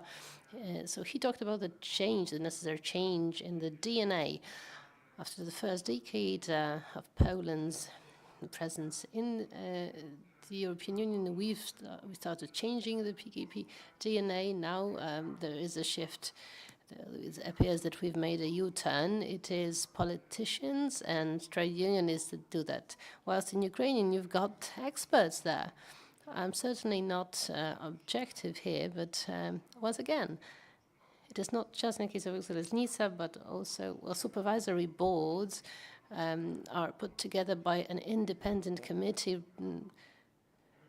There are representatives of international institutions that already have the money to rebuild. I'm talking about EBRD, IMF, I'm talking about the World Bank. In Poland, you know how supervisory boards are established, particularly recently, so I guess that's the best answer to your question. Thank you very much. And now, if I may, I'll address Professor Kłoczko. I'd like to again talk about the rebuilding and the share of the Polish companies, their participation. We've touched upon this a few times. What can Polish companies do already to introduce their share in the process of rebuilding Ukraine? There are a lot of hopes concerning it. Well, I wouldn't like us to play linguistic games, but here the word rebuilding or reconstruction, I think, is misinterpreted in our public discourse. This is not going to be a rebuilding that somebody will take a trowel and build a new portion of a wall or road. It is a matter of building a new state-of-the-art country in all the aspects, procedures, technologies, delivery chains, supply chains, and so on. And the huge chance of Ukraine is going to be a challenge also for the Polish economy, is that they can make a quality leap ahead. And in the US, in some of the states, you still have checkbooks. What we had was about the most efficient system of electronic banking system in the mid-90s already. So if Ukrainians jump at this opportunity, and I'm sure that they stand a chance to do that, they have very well-educated people in those areas so that they are competent about. They have good contacts also and relationships with other countries and their experts. And they introduce transparent procedures, as mentioned by the former speakers, so they can learn from the experts. that makes them stand a chance to build one of the most developed European countries. There is a huge role of Poland in terms of logistics, supplying goods, but we can also have our share in supplying know-how in certain areas. In those human, interpersonal relationships, but also in terms of technologies, we can have a lot to say. There are companies, I'm talking about technological Ukrainian companies, that have partly shifted, moved to Poland owing to their conditions. It is not that they'll return. Of course, they will transfer the newly acquired competences and experiences from Poland there. So I'd rather say the building of modern Ukraine than rebuilding Ukraine. And there are a lot of chances, provided we are ready to benefit from them, make the most of them. Thank you very much for sticking to the time limits as well. And now I'd like to ask Mr. Markian-Marski to refer to what President KWAŚNIEWSKI referred to. You've mentioned the Ukrainian demons. Very often Western press suggested mildly that Ukraine might have a problem with democracy. There is the issue of the freedom of media, pluralism. Of course, under war circumstances, it is understandable. There is this threat that once the war is over, these sentiments will prevail. You are close to President Zelensky. Do you think that these concerns are justified in any time? How would you refer to these voices? I'd approach it calmly. I think talking about the fact that somebody might limit Ukrainians somehow, well, it's very complicated because we had Yanukovych that will try to limit us somehow. Where is he now? Where is the USSR? So I have a simple answer to that. There is no chance that such a nation as Ukrainians, for whom freedom is a religion, it is not possible to limit us in terms of our fundamental human rights. I find myself to be a relatively young man, and I participated in several revolutions of different kinds and processes, social processes. I know the people who live there, and I don't worry about the future. Well, if we didn't live being the neighbor to this monster, I'm talking about Russia, obviously, then probably we would have better scores among member states of the European Union and NATO. Why? Why did the war happen? Putin just couldn't take it that Ukraine was leaving Russia. That's the main thing. We had very good financial results. We kept on developing. We saw how bright our future was. We understood which direction we were heading in. In certain terms, of course, the war helped us as the Ukrainian nation because we are now unified, homogeneous. We understand our future. It is no secret that early on, some part of people in Ukraine believed that Russians were their brothers, that we had something in common. Now, the war has marked a clear shift here. All the sociological studies prove this to be the case, that we have only now become a nation that really understands which direction we are heading. And this is something that Putin cannot take. He simply could not imagine that to be possible for Ukraine to become such a state. So that is what led to the war. Thank you very much. Now, question to Ambassador Piekło. Your term of office as ambassador matches the period of the association agreement between Ukraine and the European Union coming into force. We're talking about 2016 now, Euromaidan. actually started from the fact that President Yanukovych refused to give consent for this agreement to be signed. We talked about this agreement being fundamental for it, marking the beginning of a thorough change of Ukraine. I'd like to ask you about the consequences of signing it. Has the signing of the agreement actually changed Ukraine? Well, it has changed Ukraine in as much as Ukraine wanted to be closer to Western Europe, and anyway, to achieve that was a good way. And since Brussels did not offer Ukraine to become a candidate state, a certain partnership was formed, Eastern Partnership. Let me remind you how many countries are there.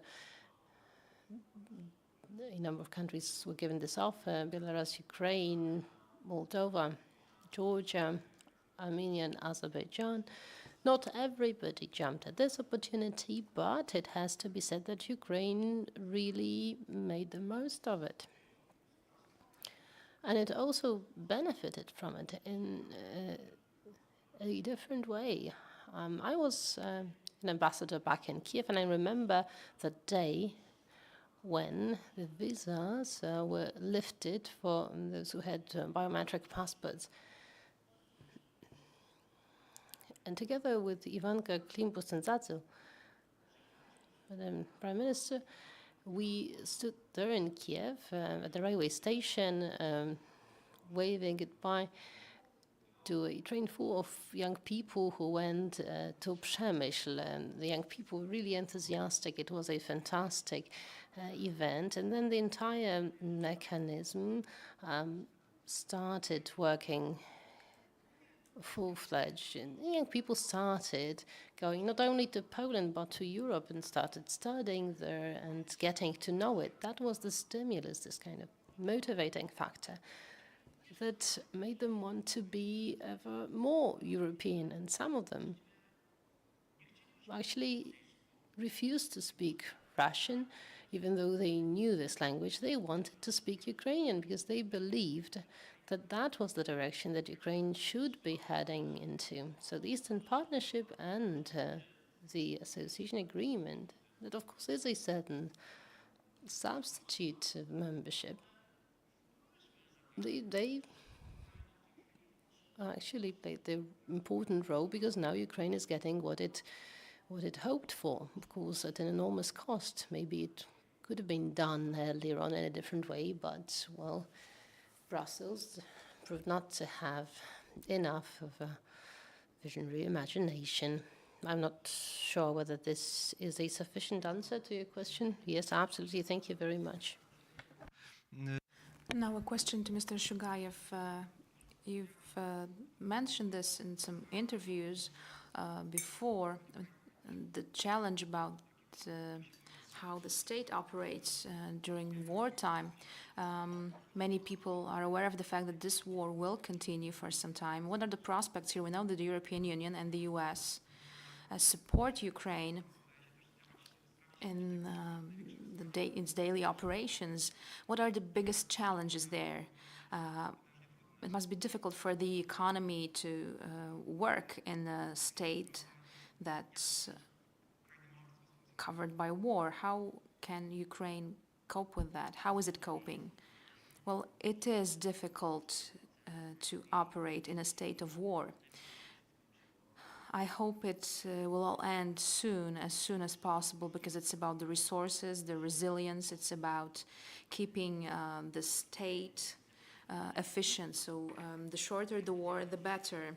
Clearly, what it's like today, from my point of view, Ukraine performs phenomenally, because this is a state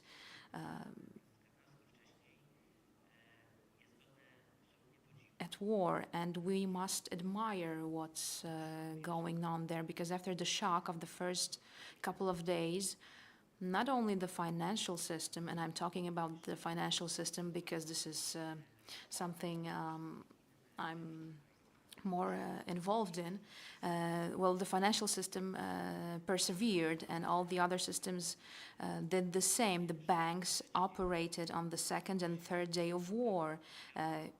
You might think that it's impossible. Well, the credit cards were being used, ATMs were operational. It was all operating as usual, owing to a huge sacrifice of people, because clearly nobody forced anyone to go to bank branch in Kharkiv under fire, but our employees wanted to work. They insisted on working, opening bank branches, and so that other people could take out their money or open a bank deposit box. So we must admire the fact that those people wanted to keep business as usual. Next thing is the assistance offered by the EU and the US, the IMF program to keep the economy, the Ukrainian economy going in financial terms, for businesses to keep operating. It's important to bring things back on track, and banks, we must admit it, they reduced granting bank loans, in particular in those areas of Ukraine that were covered by war, like the east and the south. If you look at the Ukrainian banks, the majority of those radically reduced the bank loans. It's still there in the national banks because they are on a special mission now, like POLISH-UKRAINIAN, but it's not enough. It's enough to revive bank loans, because this is what stimulates businesses in Ukraine. How can we do it? Well, we're all making the first steps with BRD assistance, with EBI assistance, and with the support of the European Commission. Some guarantee lines are being launched to reduce the bank loan risk in the most risky areas. So the appetite of international financial institutions is limited there, clearly, but the European Commission provided guarantees and assumed the risk of financing Ukrainian businesses in those areas under fire. This is something we reiterate often, because no commercial bank can revive bank loans. We are getting killed by capital liabilities. The National Bank of Ukraine cannot allow other banks, in particular commercial banks, to do anything they want, because this may lead to some problems within the financial system itself, which is a bad thing, clearly. So this is a way out for here and now. When the war continues, after the war, we'll have some other financial instruments in place, but the risk of doing business in Ukraine will not change radically once the war ends. Surely this will be a country under reconstruction. We will transform the country. The Ukrainians do not want to reconstruct the country because just going halfways. They want to transform Ukraine, but the risk will be there for some time. It will be reflected in Ukraine's ratings, because they will not change only because the war ended. So there will be some limitations for financial institutions, and the reason I'm talking about it is because they are always important from the perspective of Ukrainian businesses.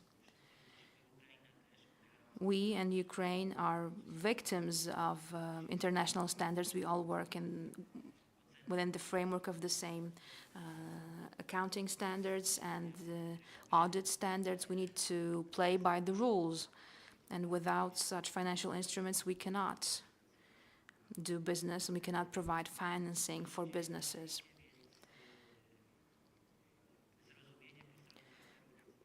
The international partners understand this problem, which is a good sign, and it means that there will be good prospects for the economy in the post-war era. Now, I would like to give the floor to the audience, and we'll have a Q&A session. I hope we can get 3 questions from the audience. If you want to take this opportunity and ask questions, please do raise your hand. I will pass the mic.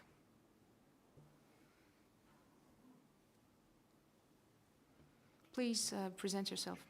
Jacek Uśmierczyk, Polish Printing Chamber. I have a question to all gentlemen. I cannot target my question precisely to a single person. So my question is, what is the situation in vocational training in Ukraine and the organization of entrepreneurs' local government? As far as I know, these are 2 fields that are not efficient at all. Vocational training, well, I guess this country is still under post-Soviet crisis, and when it comes to the organization of economic government, there are many entities, many organizations in Ukraine, and it's not building the strength of Ukraine clearly.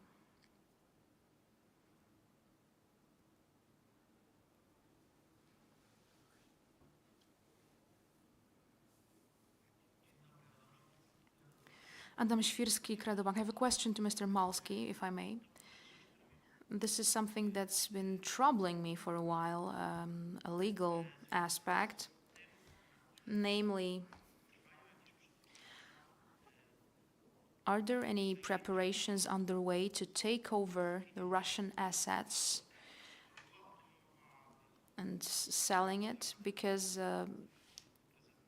we've heard about it from President Zelensky and some other Ukrainian decision makers. Is anything being done about this? I think this is something that could be a source of funding, a source of budget revenues for Ukraine. And the last question, do we have any more questions? If not, let's try to answer those 2 questions we got. Right, I think that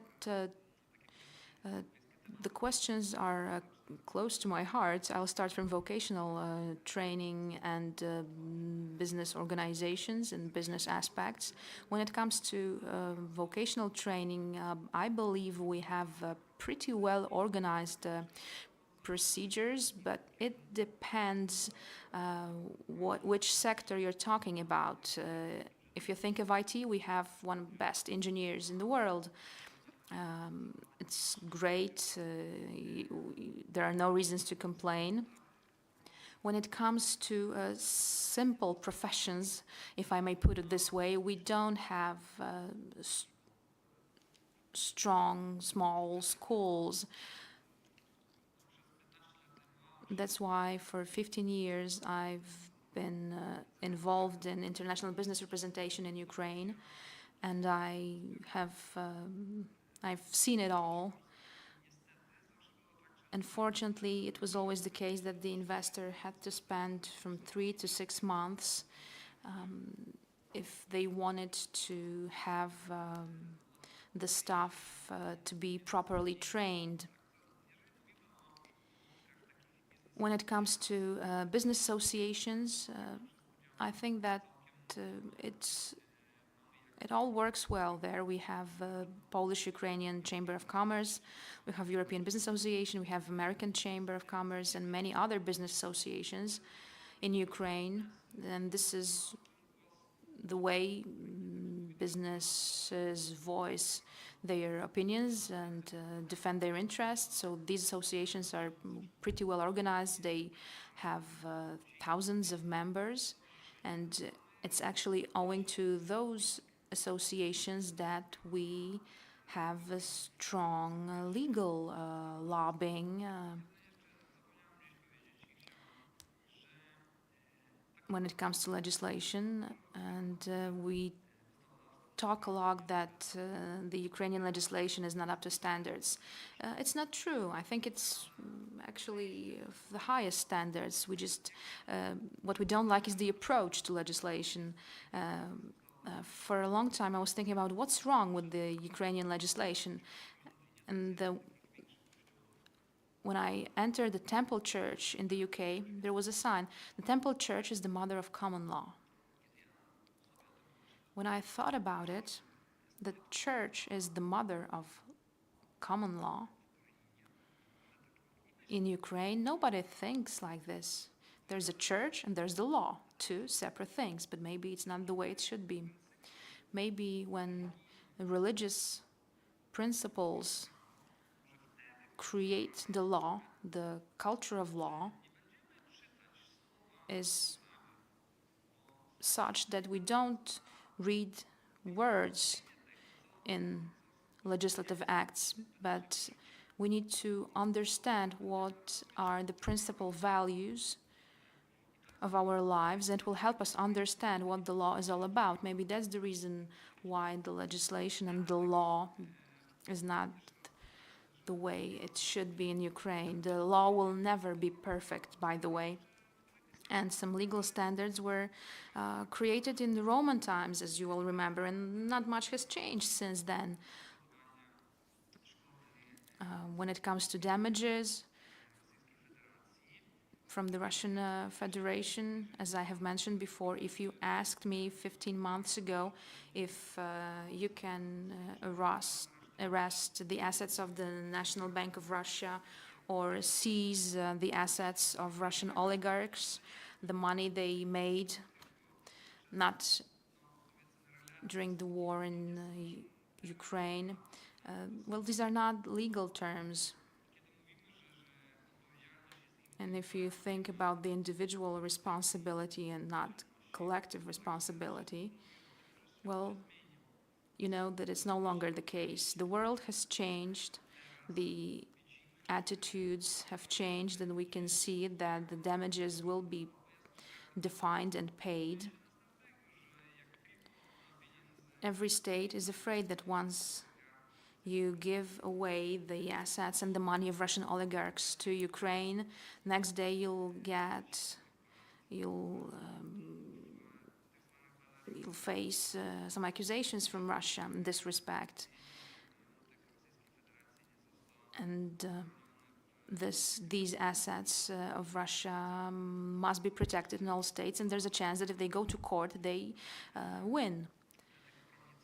That's why the lawyers from all over the world have been working on it for more than 15 months. Whenever we're talking about damages, war damages, there's a good example given by the Tribunal of Iran, where Iran paid damages for every drop of oil that was sold from Iran. A similar approach can be adopted in respect of Russia in the future. If there's a maximum price per oil in Russia, why cannot you have an additional tax? We talked a lot that every visa for every Russian must be more expensive, and from every visa some damages could be paid to Ukrainians. So there are many ways to go about it, but whenever you get two lawyers, you have three different opinions.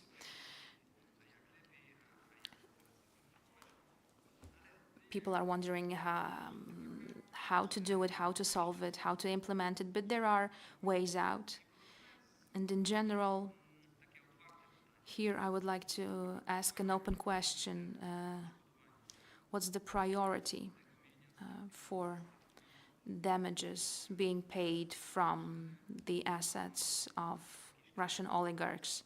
And there are some categories of people who lost their homes. There are businesses that lost assets as well. So different categories that can apply for damages and compensations. We have the international arbitration institutions where a company can sue the Russian state.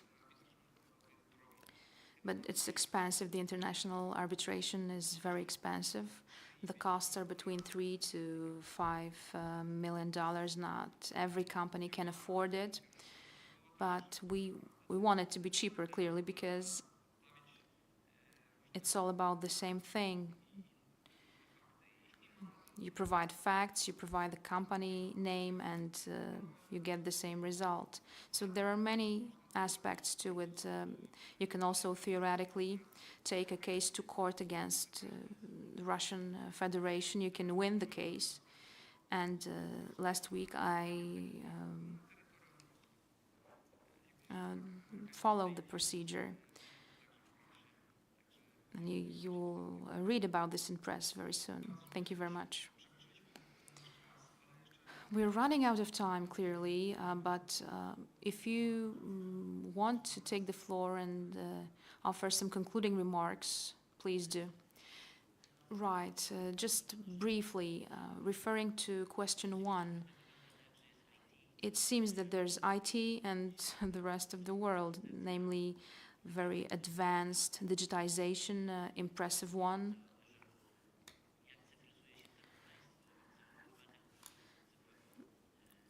The digitization of the state is really impressive for any citizen, from training to university courses and so on. And then there's the rest that we don't really know about. The same goes for the business associations we have mentioned.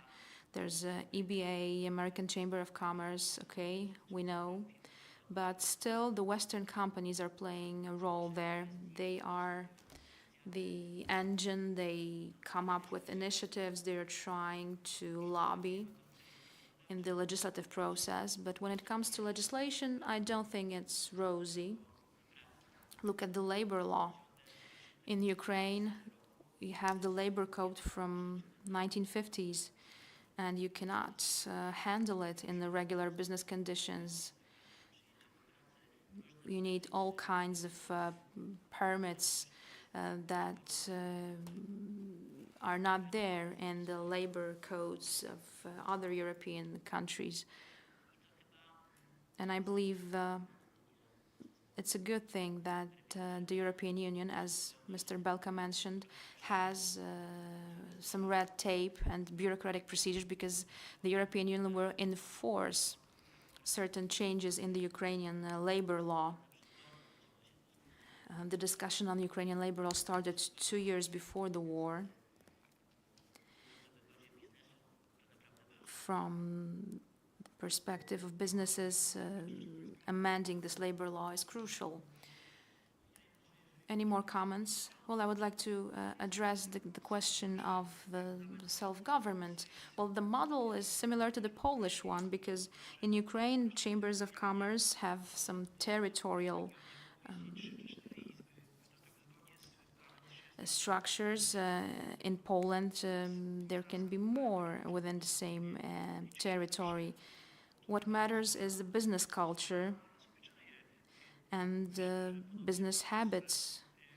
I believe that just like in Poland, you need to join forces, make joint efforts, even though the market economy doesn't have a long history in Ukraine. Right, I believe we'll continue in the corridors, if you allow me. Thank you very much. I would like to give the floor to President Szymczycha.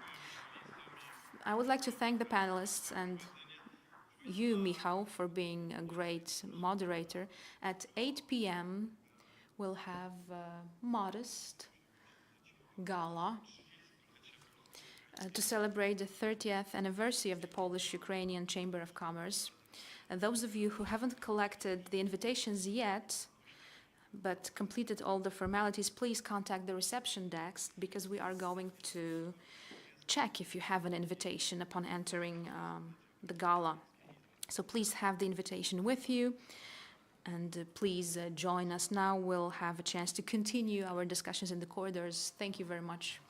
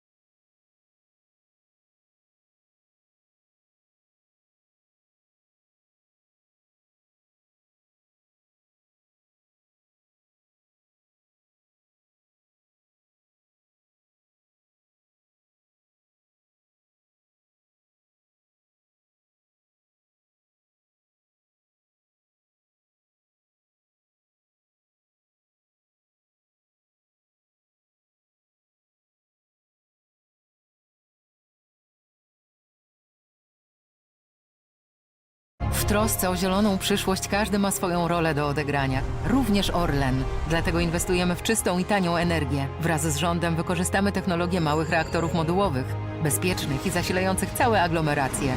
Orlen.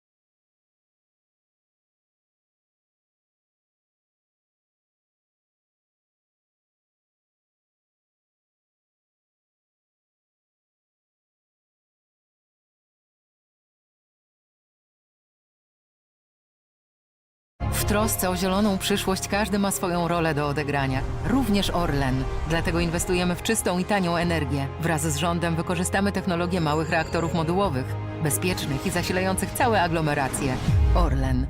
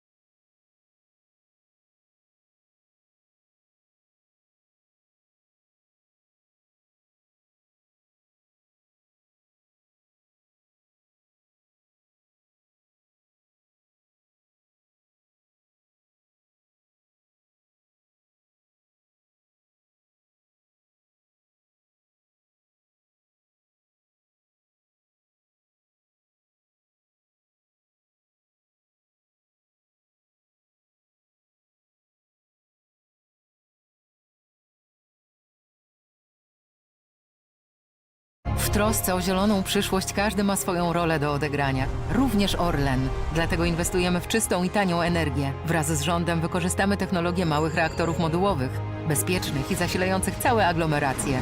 Orlen.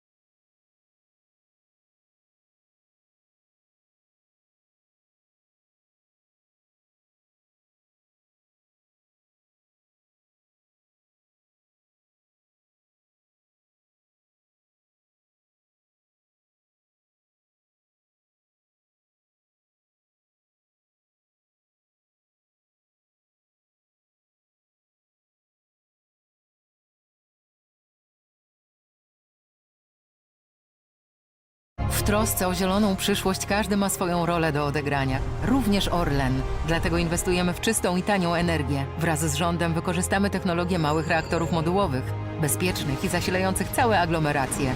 Orlen.